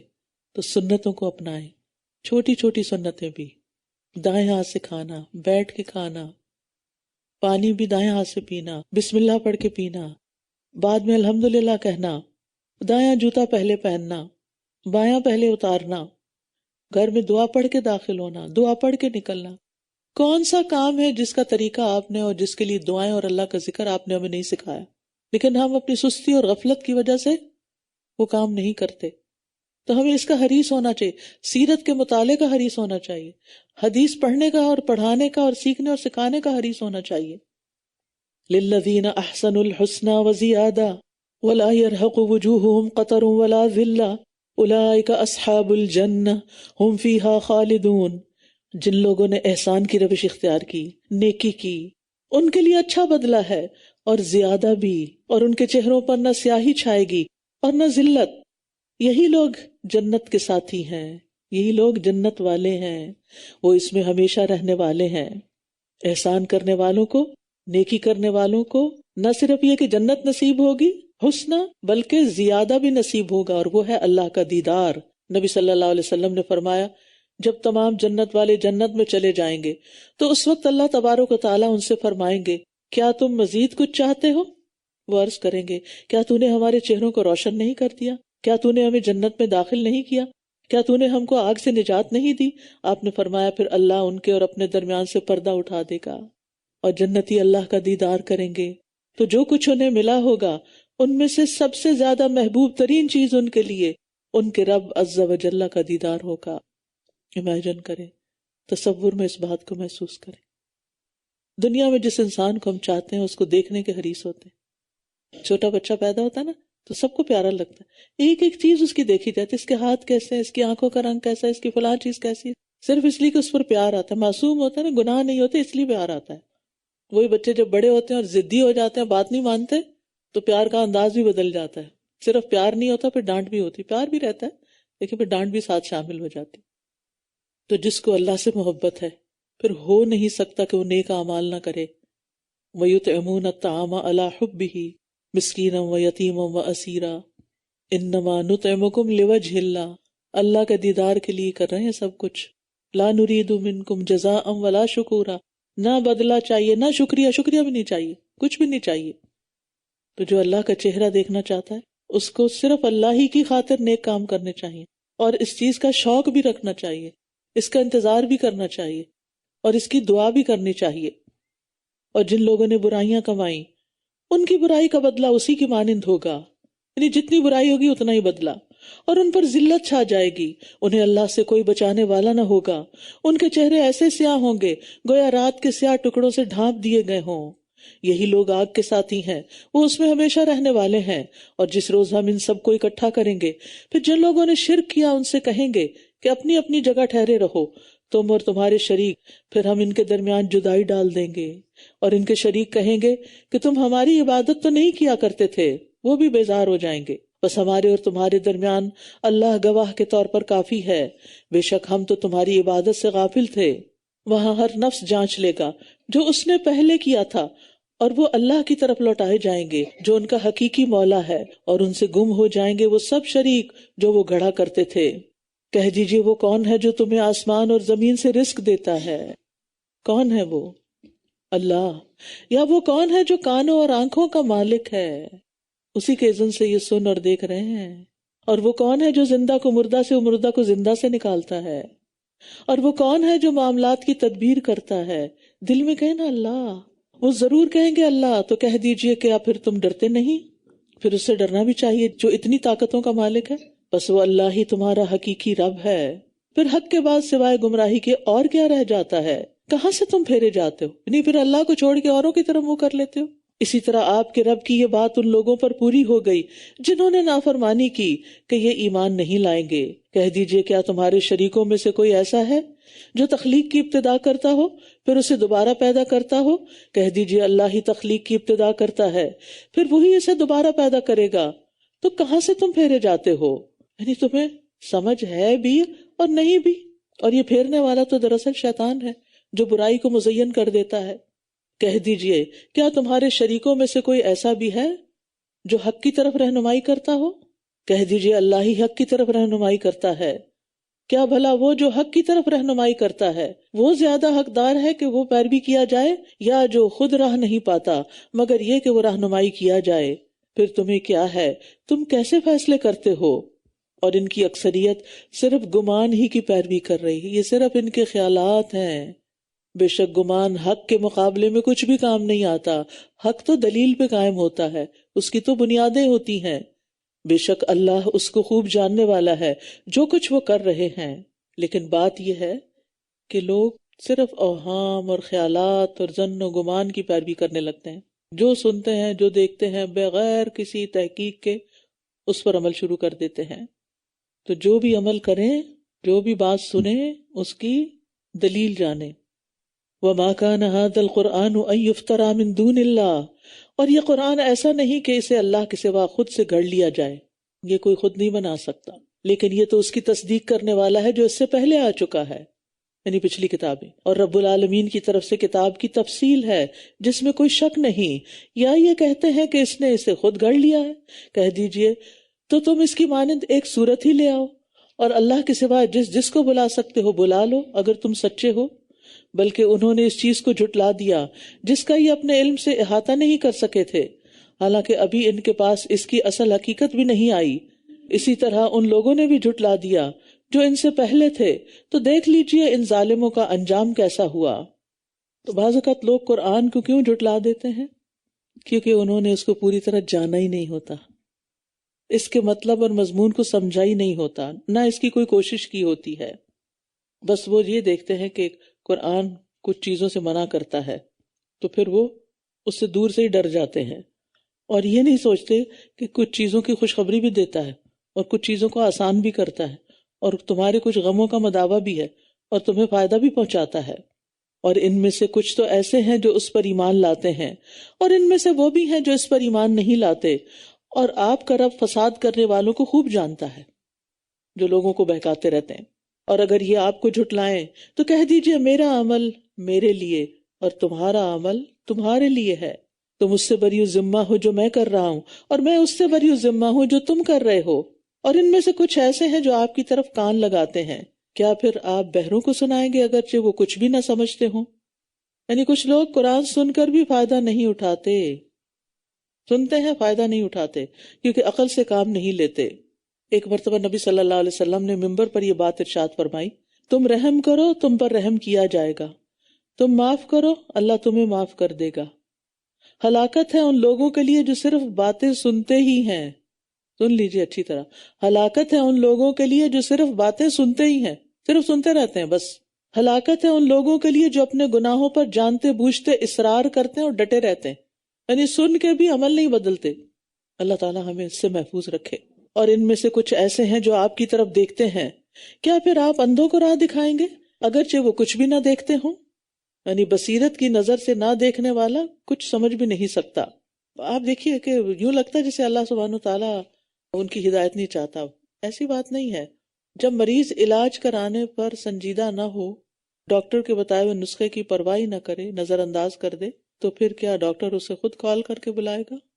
آؤ میں تمہارا علاج کروں، اس کے پیچھے لگے گا؟ نہیں. تم نہیں چاہتے اپنا علاج، تم نہیں چاہتے ٹھیک ہونا، تم روٹھے ہم چھوٹے، تو ہمیں کیا پرواہ. تو جو خود ہدایت نہیں چاہتا، پھر اللہ تعالیٰ زبردستی اس کو نہیں ٹھونستا ہدایت کہ نہیں تم ہر صورت میں ہدایت حاصل کرو. بس اللہ سے توفیق مانگنی چاہیے کہ اللہ جو بات نیکی کی ہم سنیں، ہمیں اس پر عمل کی توفیق بھی دے دے، ہمارا دل کھول دے. بے شک اللہ تو لوگوں پر کچھ بھی ظلم نہیں کرتا، لیکن لوگ خود ہی اپنی جانوں پر ظلم کرتے ہیں. سبحان اللہ.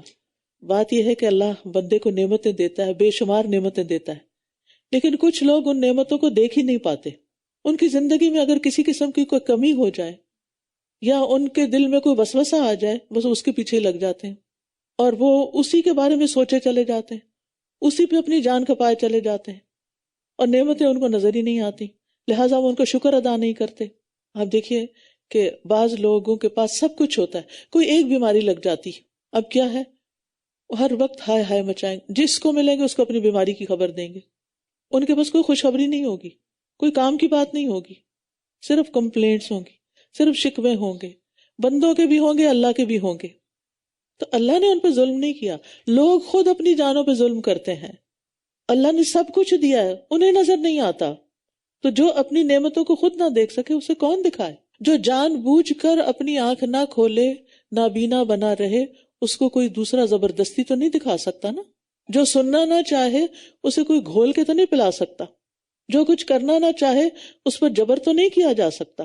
اللہ اس وقت تک کسی قوم کی حالت نہیں بدلتا جب تک کہ وہ خود اپنے آپ کو نہ بدلیں. اپنی بری عادتیں چھوڑنا، اپنے فضول خیالات سے چھٹکارا حاصل کرنا، ان سب کے لیے آپ کو خود ایفرٹ کرنی ہوگی، خود اپنے اوپر کام کرنا ہوگا، خود نیت اور ارادہ باندھنا ہوگا، اللہ سے توفیق مانگنی ہوگی، ایسی چیزیں پڑھنی، سننی، سیکھنی ہوگی کہ جس کی وجہ سے آپ اپنی ایسی بیماریوں اور پریشانیوں سے نجات پا سکیں. یعنی جو برائیاں ہوتی ہیں یہ بھی بیماریاں ہوتی ہیں جو چمٹ جاتی ہیں. تو جیسے بیماریوں کے علاج کے لیے ڈاکٹر کے پاس جانا پڑتا ہے، اسی طرح کچھ گناہوں سے چھٹکارا پانے کے لیے انسان کو علم کی، خیر کی مجلسوں میں جانا پڑتا ہے. اپنے لیے کوئی مینٹور اور کوئی استاد اور کوئی خیر خواہ ڈھونڈنا پڑتا ہے کہ جو اس کی صحیح رہنمائی کر سکے، جو اس کو اس اذیت اور عذاب سے نجات دلائے. کیونکہ برے خیالات بھی عذاب ہوتے ہیں، شکوک و شبہات بھی عذاب ہوتے ہیں، اور گناہ اور برائیاں اور ظلم و ستم بھی عذاب ہوتے ہیں جو انسان کی جان کو چمٹ جاتے ہیں. دیکھیں اللہ نے ہمیں زبان دی، بھولنے کی صلاحیت دی. ہم کیا بولتے ہیں ہر وقت؟ کیا ہم جو بولتے ہیں اس سے اللہ راضی ہوتا ہے؟ کیا ہم جو بولتے ہیں اس سے بندوں کے دل خوش کرتے ہیں؟ یا ہم صرف دوسروں کے دل آزاری کی باتیں کرتے رہتے ہیں؟ کچھ لوگ ہوتے ہیں ہر وقت اتنے سنجیدہ رہتے ہیں، یعنی آپ ان سے بات کر کے بیزاری ہو جائیں، ان کی باتوں میں کوئی ہلکی بات نہیں ہوتی. کچھ لوگ سے آپ ملیں گے، وہ ہر وقت جب ملیں گے آپ کو پتا ہو کہ آپ میں ملی ہوں نہیں، اپنی بیماری کی بات کرے گا، اس کے پاس اور کوئی بات نہیں کرنے کی. کسی سے ملیں گے آپ کو پہلے سے ہی پتا چل جائے گا یہ اب کسی کی غیبت کرنے والا ہے. ایسے لوگ خود بھی ذہنی طور پر سک ہوتے ہیں اور دوسروں کو بھی بیمار کرتے ہیں، لہٰذا ان سے بچ کے رہنا ہی فائدے میں ہے. اور اگر ہم میں سے کسی کو بیماری لاحق ہے تو اس کو اپنا طرز فکر، اپنی سوچ بدلنی ہوگی، اپنی گفتگو بدلنی ہوگی، اور کانشیس کوشش کرنی ہوگی کہ میں نے اپنی زبان سے یہ باتیں نہیں کرنی. حضرت یعقوب علیہ السلام نے کیا کہا تھا؟ انما اشکو بثی وحزنی الی اللہ، میں اپنے غم اور دکھ کی فریاد اللہ سے کرتا ہوں. اور انا للہ و انا الیہ راجعون. اللہم اجرنی فی مصیبتی واخلف لی خیرا منہا. اللہ ہے نا، پھر ہر وقت بندوں کے سامنے کیا رونا اور بندوں سے کیا توقع رکھنا؟ بندوں کے تو دل ان کے اپنے ہاتھ میں بھی نہیں، وہ کسی کے لیے کیا کریں گے؟ اگر کوئی آپ کے لیے اچھا کر رہا ہے تو صرف اللہ کی دی ہوئی توفیق سے کر رہا ہے. اور جس دن وہ انہیں اکٹھا کرے گا تو یوں محسوس ہوگا گویا وہ دنیا میں دن کی ایک گھڑی ہی ٹھہرے تھے. یہ باہم ایک دوسرے کو پہچانتے ہوں گے. یقیناً خسارہ اٹھایا ان لوگوں نے جنہوں نے اللہ کی ملاقات کو جھٹلا دیا اور یہ ہدایت پانے والے نہ تھے. قیامت کے لیے یہاں لفظ سا استعمال ہوا ہے، گھڑی. اور جس عذاب کا ہم ان سے وعدہ کر رہے ہیں، اگر اس کا کچھ حصہ ہم آپ کو دکھا دیں یا اس سے پہلے ہی ہم آپ کو فوت کر دیں تو ہماری طرف ہی ان کا لوٹنا ہے، پھر اللہ اس پر گواہ ہے جو کچھ یہ کر رہے ہیں. وَلِكُلِّ أُمَّةٍ الرَّسُولُ، اور ہر امت کے لیے ایک رسول ہے. پھر جب ان کا رسول آ جاتا ہے تو ان کے درمیان پورے انصاف کے ساتھ فیصلہ کر دیا جاتا ہے اور ان پر ظلم نہیں کیا جاتا. یعنی بات یہ ہے کہ اللہ سبحانہ وتعالی کسی قوم کو بغیر ہدایت دیے عذاب نہیں دیتا. پیغمبر آتا ہے، وہ پیغام پہنچاتا ہے، پھر اگر کم لوگ ایمان لاتے اور زیادہ نافرمانی کرتے ہیں تو پھر اللہ تعالیٰ عذاب بھیج دیتا ہے. اور اسی طرح یہ ہے کہ قیامت کے دن بھی ہر امت کے سامنے اس کا رسول بطور گواہ پیش ہوگا کہ میں نے ان کو پیغام پہنچا دیا تھا.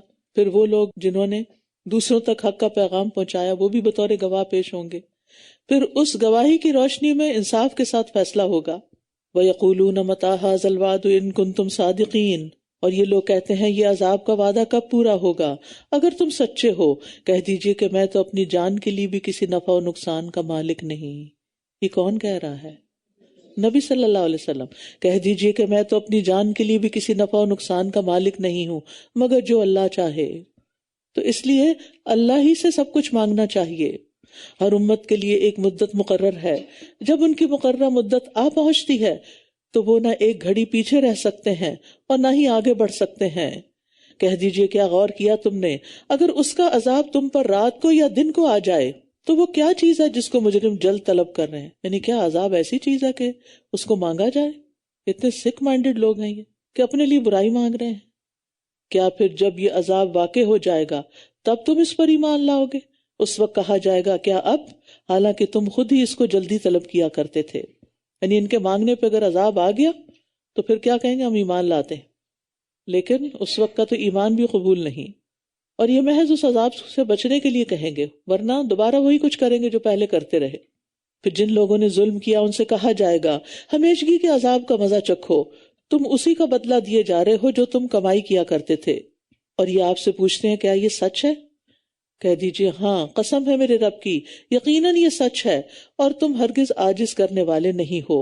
اور اگر ہر وہ شخص جس نے ظلم کیا اگر اس کے پاس وہ سب کچھ ہو جو زمین میں ہے تو وہ عذاب سے بچنے کے لیے اسے ضرور فدیے میں دے دے، اور وہ عذاب کو دیکھیں گے تو ندامت چھپائیں گے اور ان کے درمیان انصاف کے ساتھ فیصلہ کر دیا جائے گا اور ان پر ظلم نہ کیا جائے گا. یعنی عذاب دیکھ کر مجرم ندامت کیوں چھپائیں گے؟ کیونکہ ان کی توقع کے بالکل خلاف ہوگا. عجیب شرمندگی ہوگی کہ یہ ہم نے کیا کر لیا اپنے ساتھ. بظاہر وہ اپنا اطمینان ظاہر کرنے کی کوشش کریں گے لیکن اندر سے انتہائی شرمندہ ہوں گے. وہ اثر الندامہ، اندر سے ریگریٹس ہوں گے کہ کاش مان جاتے. الا ان للہ ما فی السماوات والارض، خبردار بے شک اللہ ہی کا ہے جو کچھ آسمانوں اور زمین میں ہے. خبردار بے شک اللہ کا وعدہ سچا ہے لیکن ان میں سے اکثر لوگ جانتے نہیں ہیں. وَيُحْيِي وَيُمِيتُ وَإِلَيْهِ تُرْجَعُونَ، وہی زندگی دیتا ہے اور وہی موت دیتا ہے اور تم اسی کی طرف لوٹائے جاؤ گے. یا ایھا الناس قد جاءتکم موعظۃ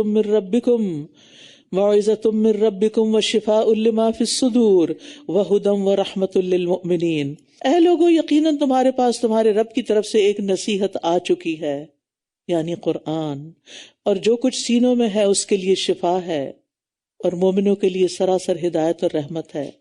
قرآن کی 4 صفات بیان ہوئی ہیں، موعظہ، شفا، ہدا اور رحمہ.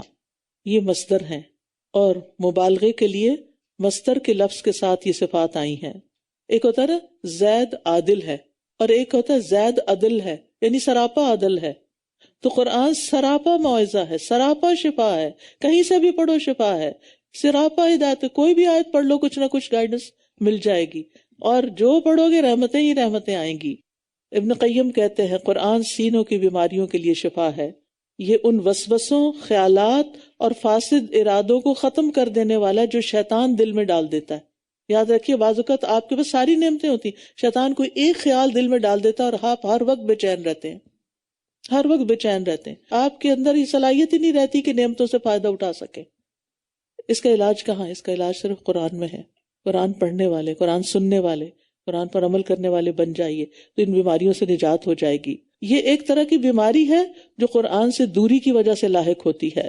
قل بفضل اللہ وبرحمتہ فبذلک فلیفرحوا ھو خیر مما یجمعون، کہہ دیجئے یہ اللہ کے فضل اور اس کی رحمت ہی سے ہے تو انہیں اس پر خوش ہو جانا چاہیے، یہ ہر اس چیز سے بہتر ہے جسے وہ جمع کر رہے ہیں۔ یہ قرآن ہر اس چیز سے بہتر ہے جسے لوگ جمع کر رہے ہیں۔ لوگ قرآن کی مجلس میں کیوں نہیں آتے؟ یہ کام ہے، وہ کام ہے، یہاں جانا ہے، وہاں جانا ہے، اس سے ملنا ہے، وہ کرنا ہے، یہ کوکنگ کرنی ہے، فلاں کرنا ہے۔ سب کاموں سے افضل ہے، وہ سب بھی کام ہو جائیں گے، ان کے لیے سیکنڈ ٹائم رکھیں، قرآن کے لیے پرائم ٹائم رکھیں۔ یہ اللہ کا کلام ہے، اس کو اہمیت دیں۔ اور یہاں پر آپ دیکھیں بفضل اللہ وبرحمتہ، یعنی اللہ کا فضل اور اللہ کی رحمت ہے۔ فبذلک فلیفرحوا، اس کی وجہ سے خوش ہو جائیں۔ اور یفرحوا کا لفظ ہے نا، فرح کا معنی دیتا ہے، یعنی کسی جلد ملنے والی لذت سے سینے کا کھل جانا، خوش ہو جانا۔ لیکن اکثر یہ لفظ بدنی لذتوں سے حاصل ہونے والی خوشی پہ بولا جاتا ہے۔ دین کی نعمت، قرآن کی نعمت دنیا کے سارے ساز و سامان سے بہتر ہے۔ اگر انسان کے گھر میں اعلیٰ فرنیچر نہیں، کوئی بات نہیں، اگر اعلیٰ کھانے نہیں کھا سکتا، کوئی بات نہیں، اگر اس کی ساری خواہشات و تمنائیں پوری نہیں ہوتی، کوئی بات نہیں، لیکن جو اس کو ملا ہے وہ ان سب چیزوں سے بہتر ہے جس کی کوئی خواہش کر سکتا ہے، کیونکہ سب کچھ فنا ہونے والا ہے، سب کچھ جانے والا ہے۔ تو فانی کو باقی سے کیا نسبت؟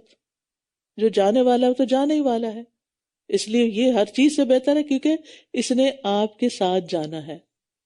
اس پر جو آپ عمل کریں گے، ابھی آپ نے حدیث سنی نا کہ قرآن پر عمل جو ہے، دین پر عمل، وہ قبر میں خوشبودار خوش شکل انسان کی شکل میں آپ کو ملے گا، اور حشر کے دن تو گلے لگا لے گا۔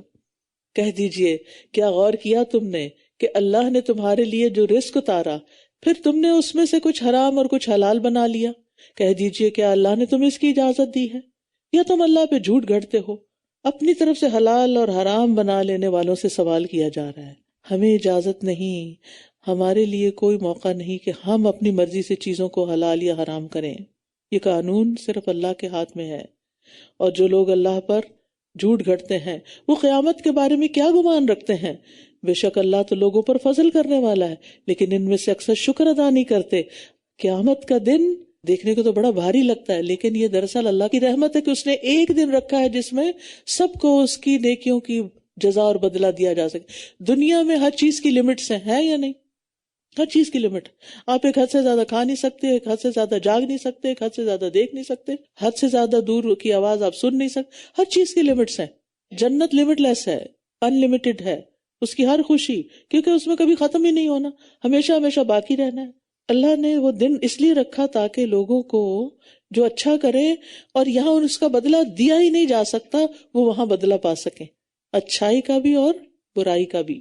اور اے رسول آپ جس حال میں بھی ہوتے ہیں اور اس کی طرف سے آنے والے قرآن میں سے جو کچھ بھی پڑھتے ہیں، اور اے لوگو جو عمل بھی تم کرتے ہو، ہم تمہیں دیکھ رہے ہوتے ہیں۔ اللہ تعالیٰ سب کو دیکھ رہے ہوتے ہیں جب تم اس میں مشغول ہوتے ہو، اور آپ کے رب سے چھپ نہیں سکتی ذرے کے ہم وزن بھی کوئی چیز، نہ زمین میں اور نہ آسمان میں، اور نہ اس سے چھوٹی اور نہ بڑی، مگر وہ ایک کھلی کتاب میں درج ہے۔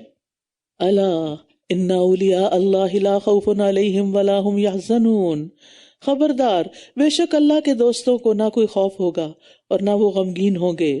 یعنی اللہ حرف تنبیہ ہے، خوب سن لو، آگاہ ہو جاؤ، بڑی اہم بات ہونے والی ہے۔ کیا؟ کہ اللہ کے دوستوں کے لیے خوف اور غم نہیں ہوتا۔ ابن حزم اندلسی نے ایک رسالہ لکھا الاخلاق والسیر، اس میں وہ اپنی زندگی کے تجربات کا نچوڑ بتاتے ہیں۔ وہ کہتے ہیں کہ میں نے غور کیا تو اس نتیجے پر پہنچا کہ دنیا میں جو شخص کوئی بھی محنت کرتا ہے اس کے پیش نظر خوشی کا حصول اور خوف و غم سے بچنا ہوتا ہے۔ یعنی ہم یہ بھاگ دوڑ جو کر رہے ہیں نا، ان دو کاموں کے لیے کر رہے ہیں۔ اس آیت میں خوشی کے حصول اور خوف و غم سے بچنے کا طریقہ بتا دیا، اور وہ کس میں ہے؟ اللہ کی دوستی میں۔ اللہ والے بن جاؤ۔ اولیاء اللہ کو نہ دنیا میں غم ہوتا ہے، یعنی غم ہوتے ہیں لیکن وہ ان کی پرواہ نہیں کرتا، اور آخرت میں تو کوئی غم ہوگا ہی نہیں۔ جنت کی ایک ڈبکی لگا کے سارے غم دور ہو جائیں گے۔ اور مومن کے لیے دنیاوی تکلیفیں اور پریشانیاں بھی غم کا باعث نہیں بنتی، کیونکہ اسے اس مصیبت پر اجر کی امید ہوتی ہے، لہٰذا وہ تکلیف تو اٹھاتا ہے لیکن غم نہیں لگا لیتا۔ لیکن اولیاء اللہ ہوتے کون ہیں؟ جن پہ خوف اور غم نہیں ہوتا۔ الذین آمنوا وکانوا یتقون، وہ لوگ جو ایمان لائے اور وہ تقوی اختیار کرتے ہیں۔ اصل میں کچھ لوگوں نے اولیاء اللہ کے بارے میں اتنی انوکھی قسم کی باتیں گھڑ رکھی ہیں اور ان کو مافوق الفطرت سمجھ رکھا ہے، انسانوں سے اوپر کے درجے کی کوئی چیز، کہ جن سے عجیب و غریب کرامتیں اور شعبدے ظاہر ہوتے ہیں، اور پھر یہ بھی نہیں دیکھا جاتا کہ ان لوگوں کا عقیدہ کیا ہے، وہ توحید پر ہیں یا شرک کرنے والے ہیں، نماز بھی پڑھتے ہیں یا نہیں۔ کہتے ہیں یہ تو سادھو لوگ ہیں، ان کو نماز کی ضرورت نہیں ہے، بس اللہ کے ولی ہیں۔ یہ کیسے ولی ہو گئے جو اللہ کے حکم پہ ہی نہیں چل رہے؟ وہ پاکی ناپاکی کا بھی بعض اوقات خیال نہیں رکھتے، حلال حرام کا خیال نہیں رکھتے، اور یہ اللہ کے ولی بنے ہوئے ہیں۔ یہ لوگوں نے بنا دیا نا ان کو اللہ کا ولی۔ کیا اللہ نے بھی واقعی کہا کہ یہ میرے ولی ہیں؟ کیا نبی صلی اللہ علیہ وسلم نے ایسا کوئی کام کیا؟ کیا آپ سے بڑھ کر کوئی اللہ کا ولی تھا؟ لیکن جو حقیقی معنوں میں اللہ کے ولی ہیں، لہم البشریٰ فی الحیات الدنیا، ان کے لیے دنیا کی زندگی میں بھی خوشخبری ہے اور آخرت میں بھی۔ اللہ کی باتیں تبدیل نہیں ہوتی، یہی بہت بڑی کامیابی ہے۔ اس کا یہ مطلب نہیں کہ دنیا کی زندگی میں ان کو کوئی غم اور تکلیف اور پریشانی ہوتی رہی۔ اگر کچھ ایسے معاملات ان کی زندگی میں آتے بھی ہیں، جیسے نبی صلی اللہ علیہ وسلم نے فرمایا اے ابراہیم ہم تمہاری جدائی پر غمگین ہیں، لیکن یہ ایک جذباتی غم ہوتا ہے جو مستقل نہیں رہتا، وقتی طور پر ہوتا ہے، صبر کرنے سے ختم ہو جاتا ہے، دائمی غم لاحق نہیں ہوتے اور نہ وہ ان میں پڑتے ہیں۔ تو دنیا میں بھی پاکیزہ اور صاف ستھری زندگی ان کو ملے گی، غم اور خوف سے محفوظ۔ پھر یہ کہ اچھے خوابوں سے ان کو خوشخبری ملتی ہے، موت کے وقت فرشتے آ کے خوشخبری دیتے ہیں اور لوگوں کے دلوں میں ان کی محبت ڈال دی جاتی ہے، لوگوں کی طرف سے ان کو خوشخبریاں ملتی ہیں، ان کی دعائیں قبول ہوتی ہیں۔ اور آپ کو ان کی باتیں غمگین نہ کریں، عزت تو ساری کی ساری اللہ ہی کے لیے ہے، وہ خوب سننے والا خوب جاننے والا ہے۔ اولیاء اللہ کی سعادت بیان کرنے کے بعد آپ کو تسلی دی جا رہی ہے، خبردار بے شک اللہ ہی کے ہیں جو آسمانوں میں ہیں اور جو زمین میں ہیں، اور جو لوگ اللہ کو چھوڑ کر دوسرے شریکوں کو پکارتے ہیں وہ شریکوں کی پیروی نہیں کر رہے، وہ تو محض گمان کی پیروی کر رہے ہیں اور وہ محض قیاس آرائیاں کر رہے ہیں۔ وہی ہے جس نے تمہارے لیے رات بنائی تاکہ تم اس میں سکون حاصل کرو اور دن کو روشن بنایا تاکہ کچھ کام کرو۔ اب لوگوں نے اس کو الٹ دیا، راتوں کو جاگتے ہیں اور دن کو سوتے ہیں۔ اللہ رحم کرے سب پر۔ بے شک اس میں ان لوگوں کے لیے بہت سی نشانیاں ہیں جو سنتے ہیں، یہ کہتے ہیں اللہ نے بیٹا بنا لیا، وہ پاک ہے، وہ تو بے نیاز ہے، آسمانوں اور زمین میں جو کچھ ہے اسی کا ہے، اس کو کیا بیٹے کی ضرورت؟ تمہارے پاس اس کی کوئی دلیل نہیں، کیا تم اللہ پر وہ باتیں کہتے ہو جو تم جانتے نہیں ہو؟ کہہ دیجئے بے شک جو لوگ اللہ پر جھوٹ گھڑتے ہیں وہ فلاح نہیں پائیں گے۔ دنیا میں تھوڑا سا فائدہ اٹھانا ہے ایسے غلط عقیدوں کے ساتھ، پھر ہماری ہی طرف انہیں لوٹنا ہے، پھر ہم انہیں ان کے کفر کی وجہ سے شدید عذاب کا مزہ چکھائیں گے۔ اور آپ انہیں نوح کی خبر پڑھ سنائیے جب اس نے اپنی قوم سے کہا اے میری قوم، اگر میرا کھڑا ہونا اور اللہ کی آیات کے ساتھ نصیحت کرنا تم پر گراں گزرتا ہے تو میں نے اللہ ہی پر توکل کیا ہے، لہٰذا تم اور تمہارے شریک میرے خلاف اپنی تدبیر پختہ کر لو، پھر تمہاری تدبیر تم پر کچھ بھی پوشیدہ نہ رہے، پھر میرے بارے میں فیصلہ کر لو اور مجھے ہرگز مہلت نہ دو۔ نبوت کے شبہات کے ازالے کے بعد انبیاء کا ذکر کیا جا رہا ہے، کیونکہ انداز بیان بھی بدلا جا رہا ہے، نئی بات شروع ہوتی ہے تو ذرا طبیعت خوش ہو جاتی ہے، اور پھر رسول اللہ صلی اللہ علیہ وسلم اور صحابہ کے لیے تسلی بھی تھی اور کفار کو تنبیہ بھی کہ پچھلی قوموں کے برے انجام پر غور کریں، اور پھر آپ کی زبان سے یہ قصے سنوانا آپ کی صداقت کی دلیل بھی ہے۔ تو نوح علیہ السلام اولو العزم پیغمبروں میں سے ہیں جن کا ذکر قرآن میں 43 جگہ پر آیا ہے۔ تو انہوں نے اپنی قوم کو کیا کہا؟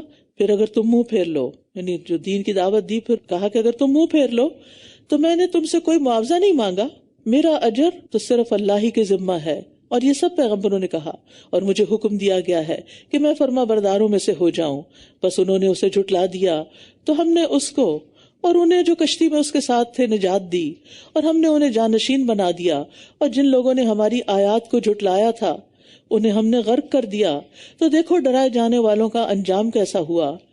پھر ہم نے اس کے بعد کئی اور رسول ان کی قوم کی طرف بھیجے تو وہ ان کے پاس واضح دلائل لے کر آئے، وہ ایسے نہ تھے کہ جس چیز کو انہوں نے پہلے جھٹلا دیا تھا وہ اس پر ایمان لے آتے، یعنی انکار کرنے کے بعد ضد میں پڑ گئے، ایمان نہ لائے۔ اسی طرح ہم حد سے تجاوز کرنے والوں کے دلوں پر مہر لگا دیتے ہیں، جو نہیں مانتے پھر ان سے توفیق چھین لی جاتی ہے۔ پھر ان کے بعد ہم نے موسیٰ اور ہارون کو فرعون اور اس کے سرداروں کی طرف اپنی نشانیاں دے کر بھیجا، مگر انہوں نے تکبر کیا اور وہ مجرم لوگ تھے۔ پھر جب ان کے پاس ہماری طرف سے حق آ گیا تو کہنے لگے یہ تو بالکل کھلا جادو ہے۔ موسیٰ نے کہا کیا تم حق کو جادو کہتے ہو جب وہ تمہارے پاس آ گیا؟ کیا یہ جادو ہے؟ حالانکہ جادوگر فلاح نہیں پاتے۔ وہ کہنے لگے تم ہمارے پاس اس لیے آئے ہو کہ ہمیں اس طریقے سے پھیر دو جس پر ہم نے اپنے آباء و اجداد کو پایا ہے، اور اس سرزمین میں بڑائی تم دونوں کی ہو جائے، اور ہم تم دونوں کو ہرگز ماننے والے نہیں۔ پیغمبروں کے بارے میں بدگمانی کی کہ یہ ہمیں نکال کر خود اس حکومت پہ قبضہ کرنا چاہتے ہیں، حالانکہ ایسا کچھ نہیں تھا۔ اور فرعون نے کہا میرے پاس ہر ماہر جادوگر کو لے آؤ، یعنی مقابلہ کرنے کے لیے۔ پھر جب جادوگر آ گئے تو موسیٰ نے ان سے کہا تم ڈالو جو بھی تم ڈالنے والے ہو۔ پھر جب انہوں نے رسیاں اور لاٹھیاں ڈال دیں تو موسیٰ نے کہا جو کچھ تم لائے ہو یہ تو جادو ہے، بے شک اللہ اسے جلد باطل کر دے گا، بے شک اللہ فساد کرنے والوں کا کام درست نہیں کرتا، اور اللہ حق کو اپنے کلمات سے سچا ثابت کر دکھاتا ہے اگرچہ مجرم ناپسند کریں۔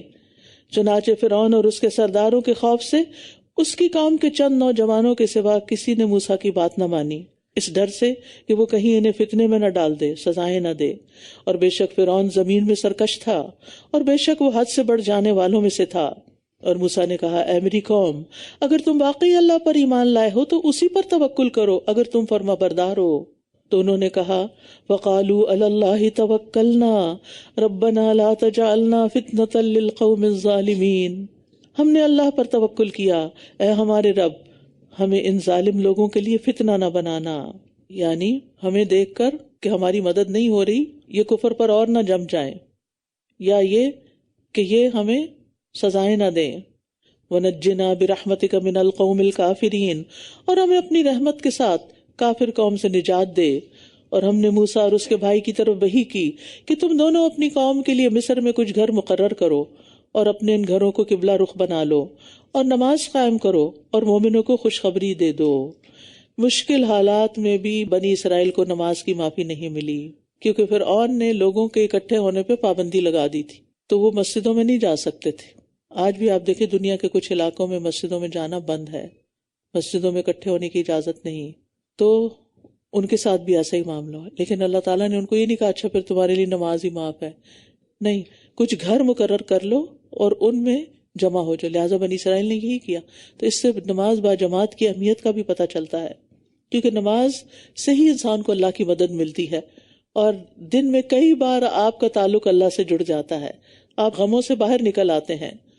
اور موسیٰ نے کہا اے ہمارے رب، بے شک تو نے فرعون اور اس کے سرداروں کو دنیا کی زندگی میں زیب و زینت اور مال و دولت سے نوازا ہے، اے ہمارے رب تاکہ وہ تیرے راستے سے بھٹکا دیں، اے ہمارے رب ان کے مالوں کو مٹا دے اور ان کے دلوں کو سخت کر دے کہ یہ ایمان نہ لائیں حتیٰ کہ دردناک عذاب دیکھ لیں۔ قال قد اجیبت دعوتکما فاستقیما ولا تتبعان سبیل الذین لا یعلمون، فرمایا بے شک تم دونوں کی دعا قبول کر لی گئی ہے، بس تم دونوں ثابت قدم رہو اور ان لوگوں کے راستے کی ہرگز پیروی نہ کرنا جو علم نہیں رکھتے۔ یعنی اگر راہ حق میں مشکلات آئیں تو استقامت اختیار کرنا، دعا قبول ہو گئی ہے چاہے نظر آنے میں ظاہر ہونے میں کچھ دیر ہے۔ اور یہ بھی مانا ہے کہ اب یہ بد دعا کرنے کے بعد اس پہ جمے رہنا ہے، ایسا نہ ہو کہ جب عذاب آئے تو کہ اللہ اس عذاب کو ٹال دے، جیسے نوح علیہ السلام اپنے بیٹے کی سفارش کر بیٹھے تھے۔ اور ہم نے بنی اسرائیل کو سمندر پار کروا دیا، تو فرعون اور اس کے لشکروں نے سرکشی اور زیادتی کرتے ہوئے ان کا پیچھا کیا، یہاں تک کہ جب وہ ڈوبنے لگا تو بولا میں ایمان لے آیا اس رب پر جس پر بنی اسرائیل ایمان لائے کہ بے شک اس کے سوا کوئی معبود نہیں اور میں فرما برداروں میں سے ہوں۔ تو اللہ کے لشکروں اور سپاہیوں کا کوئی شمار نہیں۔ حتیٰ اذا ادرکہ الغرق، غرق یعنی ڈوبنے نے اسے پا لیا، گویا غرق کوئی اللہ کا سپاہی تھا جس نے پکڑا۔ تو عذاب دیکھ کے فرعون نے 3 دفعہ اسلام کا اقرار کیا، آمنت انہ لا الہ الا الذی آمنت بہ بنو اسرائیل وانا من المسلمین، لیکن قبول نہیں ہوئی بات۔ اچھا یہ بات فرعون نے کہی تھی، کس نے سنی تھی؟ کس نے سنی تھی؟ اللہ نے وحی کے ذریعے بتائی کہ فرعون یہ کہہ رہا تھا مرتے وقت، الآن کیا ابھی مان لاتا ہے، حالانکہ اس سے پہلے تو نافرمانی کرتا رہا اور تو فساد کرنے والوں میں سے تھا۔ یہ اللہ کی طرف سے ڈانٹ تھی۔ بس آج ہم تجھے تیرے بدن سمیت نجات دیں گے، تاکہ تو اپنے بعد والوں کے لیے ایک عبرت کی نشانی بن جائے۔ اور بلا شبہ بہت سے لوگ ہماری آیات سے غافل ہیں، ان کو پتہ ہی نہیں کہ یہ نشانیاں کہاں پڑی ہیں۔ آپ کو معلوم ہے نا کہ اس وقت بھی مصر کے عجائب گھر میں فرعون کی لاش موجود ہے، اور اس کو پہچانا کیسے گیا تھا؟ اس کے جسم پر نمک کی لیئرز تھیں۔ اور بلا شبہ ہم نے بنی اسرائیل کو بہت عمدہ ٹھکانہ دیا، اور ہم نے انہیں پاکیزہ چیزوں سے رزق دیا، تو انہوں نے دین میں باہم اختلاف نہ کیا، یہاں تک کہ ان کے پاس علم آ گیا۔ یقیناً آپ کا رب قیامت کے دن ان کے درمیان ان معاملات میں فیصلہ کر دے گا جن میں یہ اختلاف کرتے تھے۔ پھر اگر آپ اس بارے میں کسی شک میں ہیں جو ہم نے آپ کی طرف نازل کیا، تو ان لوگوں سے پوچھ لیجئے جو آپ سے پہلے سے کتاب پڑھتے ہیں، یقیناً آپ کے پاس آپ کے رب کی طرف سے حق ہی آیا ہے، بس آپ ہرگز شک کرنے والوں میں سے نہ ہوں، اور آپ ہرگز ان لوگوں میں شامل نہ ہوں جنہوں نے اللہ کی آیات کو جھٹلایا، ورنہ آپ خسارہ پانے والوں میں سے ہو جائیں گے۔ بے شک وہ لوگ جن پر آپ کے رب کی بات ثابت ہو چکی وہ ایمان نہیں لائیں گے، اگرچہ ان کے پاس ہر نشانی آ جائے، یہاں تک کہ وہ دردناک عذاب دیکھ لیں۔ پھر کوئی بستی ایسی کیوں نہ ہوئی جو ایمان لائی ہو اور اس کے ایمان نے اسے نفع دیا ہو، سوائے قوم یونس کے۔ جب وہ ایمان لے آئے تو ہم نے ان سے دنیا کی زندگی میں رسوائی کا عذاب ہٹا دیا، اور ہم نے انہیں ایک مدت تک فائدہ دیا۔ عذاب قائم ہو جائے تو ایمان لانا فائدہ نہیں دیتا، لیکن اگر اس سے پہلے عذاب دیکھنے سے پہلے کوئی بر وقت ایمان لے آئے تو فائدہ ہو جاتا ہے، جیسے قوم یونس کو ہوا۔ جب یونس علیہ السلام انہیں چھوڑ گئے تو انہیں احساس ہوا کہ وہ ہم سے ناراض ہو کر چھوڑ گئے ہیں، تو ہمیں وہ بات مان لینی چاہیے، لہٰذا عذاب آنے سے پہلے ہی ایمان لے آئے تو اللہ تعالیٰ نے عذاب ٹال دیا ان سے۔ اور اگر آپ کا رب چاہتا تو یقیناً جو لوگ زمین میں ہیں سب کے سب اکٹھے ایمان لے آتے۔ کیا بھلا آپ لوگوں کو مجبور کریں گے حتیٰ کہ وہ مومن بن جائیں؟ اور کسی نفس کے لیے ممکن نہیں کہ وہ اللہ کے اذن کے بغیر ایمان لائے، اور وہ ان لوگوں پر گندگی ڈال دیتا ہے جو عقل سے کام نہیں لیتے۔ یعنی ایمان کی توفیق کس کو نہیں ملتی؟ جو عقل سے آ رہی ہیں، کیونکہ اللہ نے ان کو اب توفیق ہی نہیں دی۔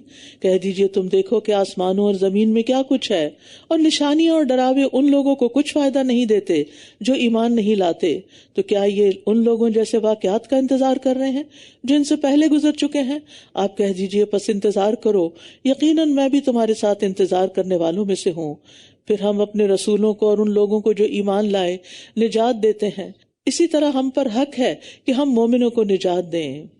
اس سے پتہ چلتا ہے کہ جیسے ماضی میں ایمان والوں کی نجات ہوئی، آئندہ بھی ایمان والوں کی نجات ہوتی رہے گی۔ کہہ دیجئے اے لوگو، اگر تم میرے دین کے بارے میں کسی شک میں ہو تو میں ان کی عبادت نہیں کرتا جن کی تم اللہ کو چھوڑ کر عبادت کرتے ہو، لیکن میں تو اس اللہ کی عبادت کرتا ہوں جو تمہیں فوت کرتا ہے، اور مجھے حکم دیا گیا ہے کہ میں ایمان لانے والوں میں سے ہو جاؤں، اور یہ کہ آپ اپنا چہرہ یکسو ہو کر دین کی طرف قائم رکھیے، اور آپ ہرگز ان لوگوں میں شامل نہ ہوں جو مشرک ہیں، اور اللہ کو چھوڑ کر اس کو نہ پکاریے جو نہ آپ کو نفع دے سکتا ہے اور نہ نقصان۔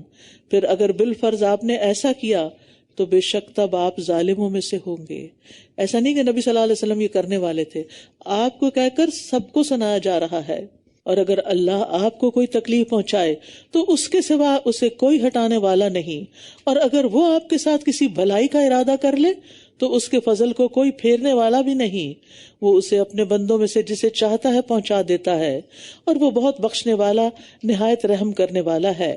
کہہ دیجئے اے لوگو، یقیناً تمہارے پاس تمہارے رب کی طرف سے حق آ چکا ہے، تو جس نے ہدایت پائی تو بے شک وہ اپنی ہی ذات کے لیے ہدایت پائے گا، اور جو گمراہ ہوا تو بے شک اس کی گمراہی کا وبال اسی پر ہوگا، اور میں تم پر کوئی نگران نہیں۔ یعنی میرا کام پہنچا دینا ہے، تم مانو یا نہ مانو یہ تمہاری مرضی، لیکن نقصان پھر اسی کو ہوگا جو نہیں مانے گا۔ پیغمبر کو اس کا کوئی نقصان نہیں، بتانے والے کا اس میں کوئی نقصان نہیں ہے۔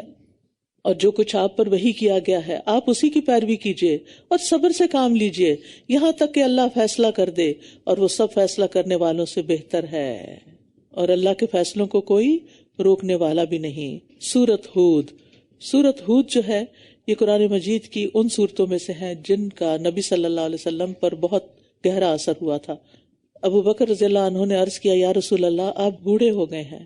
فرمایا مجھے ہود، واقعہ، مرسلات، اما یتساءلون اور سورۃ تکویر نے بوڑھا کر دیا۔ یعنی اس میں عذاب کی اتنی باتیں ہیں کہ وہ آپ کے دل پر ایسے اثر کی کہ آپ پہ بڑھاپا نظر آنے لگا۔ بسم اللہ الرحمن الرحیم الف لام را کتاب احکمت آیاتہ ثم فصلت من لدن حکیم خبیر۔ الف لام را یہ ایک کتاب ہے جس کی آیات پختہ کی گئی ہیں، پھر بہت حکمت والے خوب باخبر کی طرف سے کھول کر بیان کی گئی ہیں، یعنی پختہ بھی ہیں اور واضح بھی ہیں۔ اور اس کی تعلیم کیا ہے؟ یہ کہ تم اللہ کے سوا کسی کی عبادت نہ کرو، بے شک میں تمہارے لیے اس کی طرف سے ایک خبردار کرنے والا اور خوشخبری دینے والا ہوں۔ اور یہ کہ تم اپنے رب سے بخشش مانگو، پھر اس کی طرف پلٹ آؤ، وہ تمہیں ایک مقرر مدت تک اچھا سامان زندگی دے گا اور ہر صاحب فضل کو اس کا فضل عطا کرے گا، اور اگر تم منہ پھیرو گے تو میں تم پر ایک بڑے دن کے عذاب سے ڈرتا ہوں۔ تو یہاں استغفار اور توبہ کا فائدہ بتایا جا رہا ہے۔ کیا فائدہ؟ کہ مومن کے لیے موت تک دنیا کا مال بھی، دنیا کا سامان بھی متاع حسن ہو جائے گا، دنیا کی نعمتوں سے سرفراز ہو کر بھی وہ متاع غرور کی بجائے متاع حسن سے فائدہ اٹھائے گا۔ یعنی استغفار کرنے والوں کے لیے یہ دنیا کا ساز و سامان بھی متاع حسن ہے، اور نافرمانوں کے لیے یہ متاع غرور ہے۔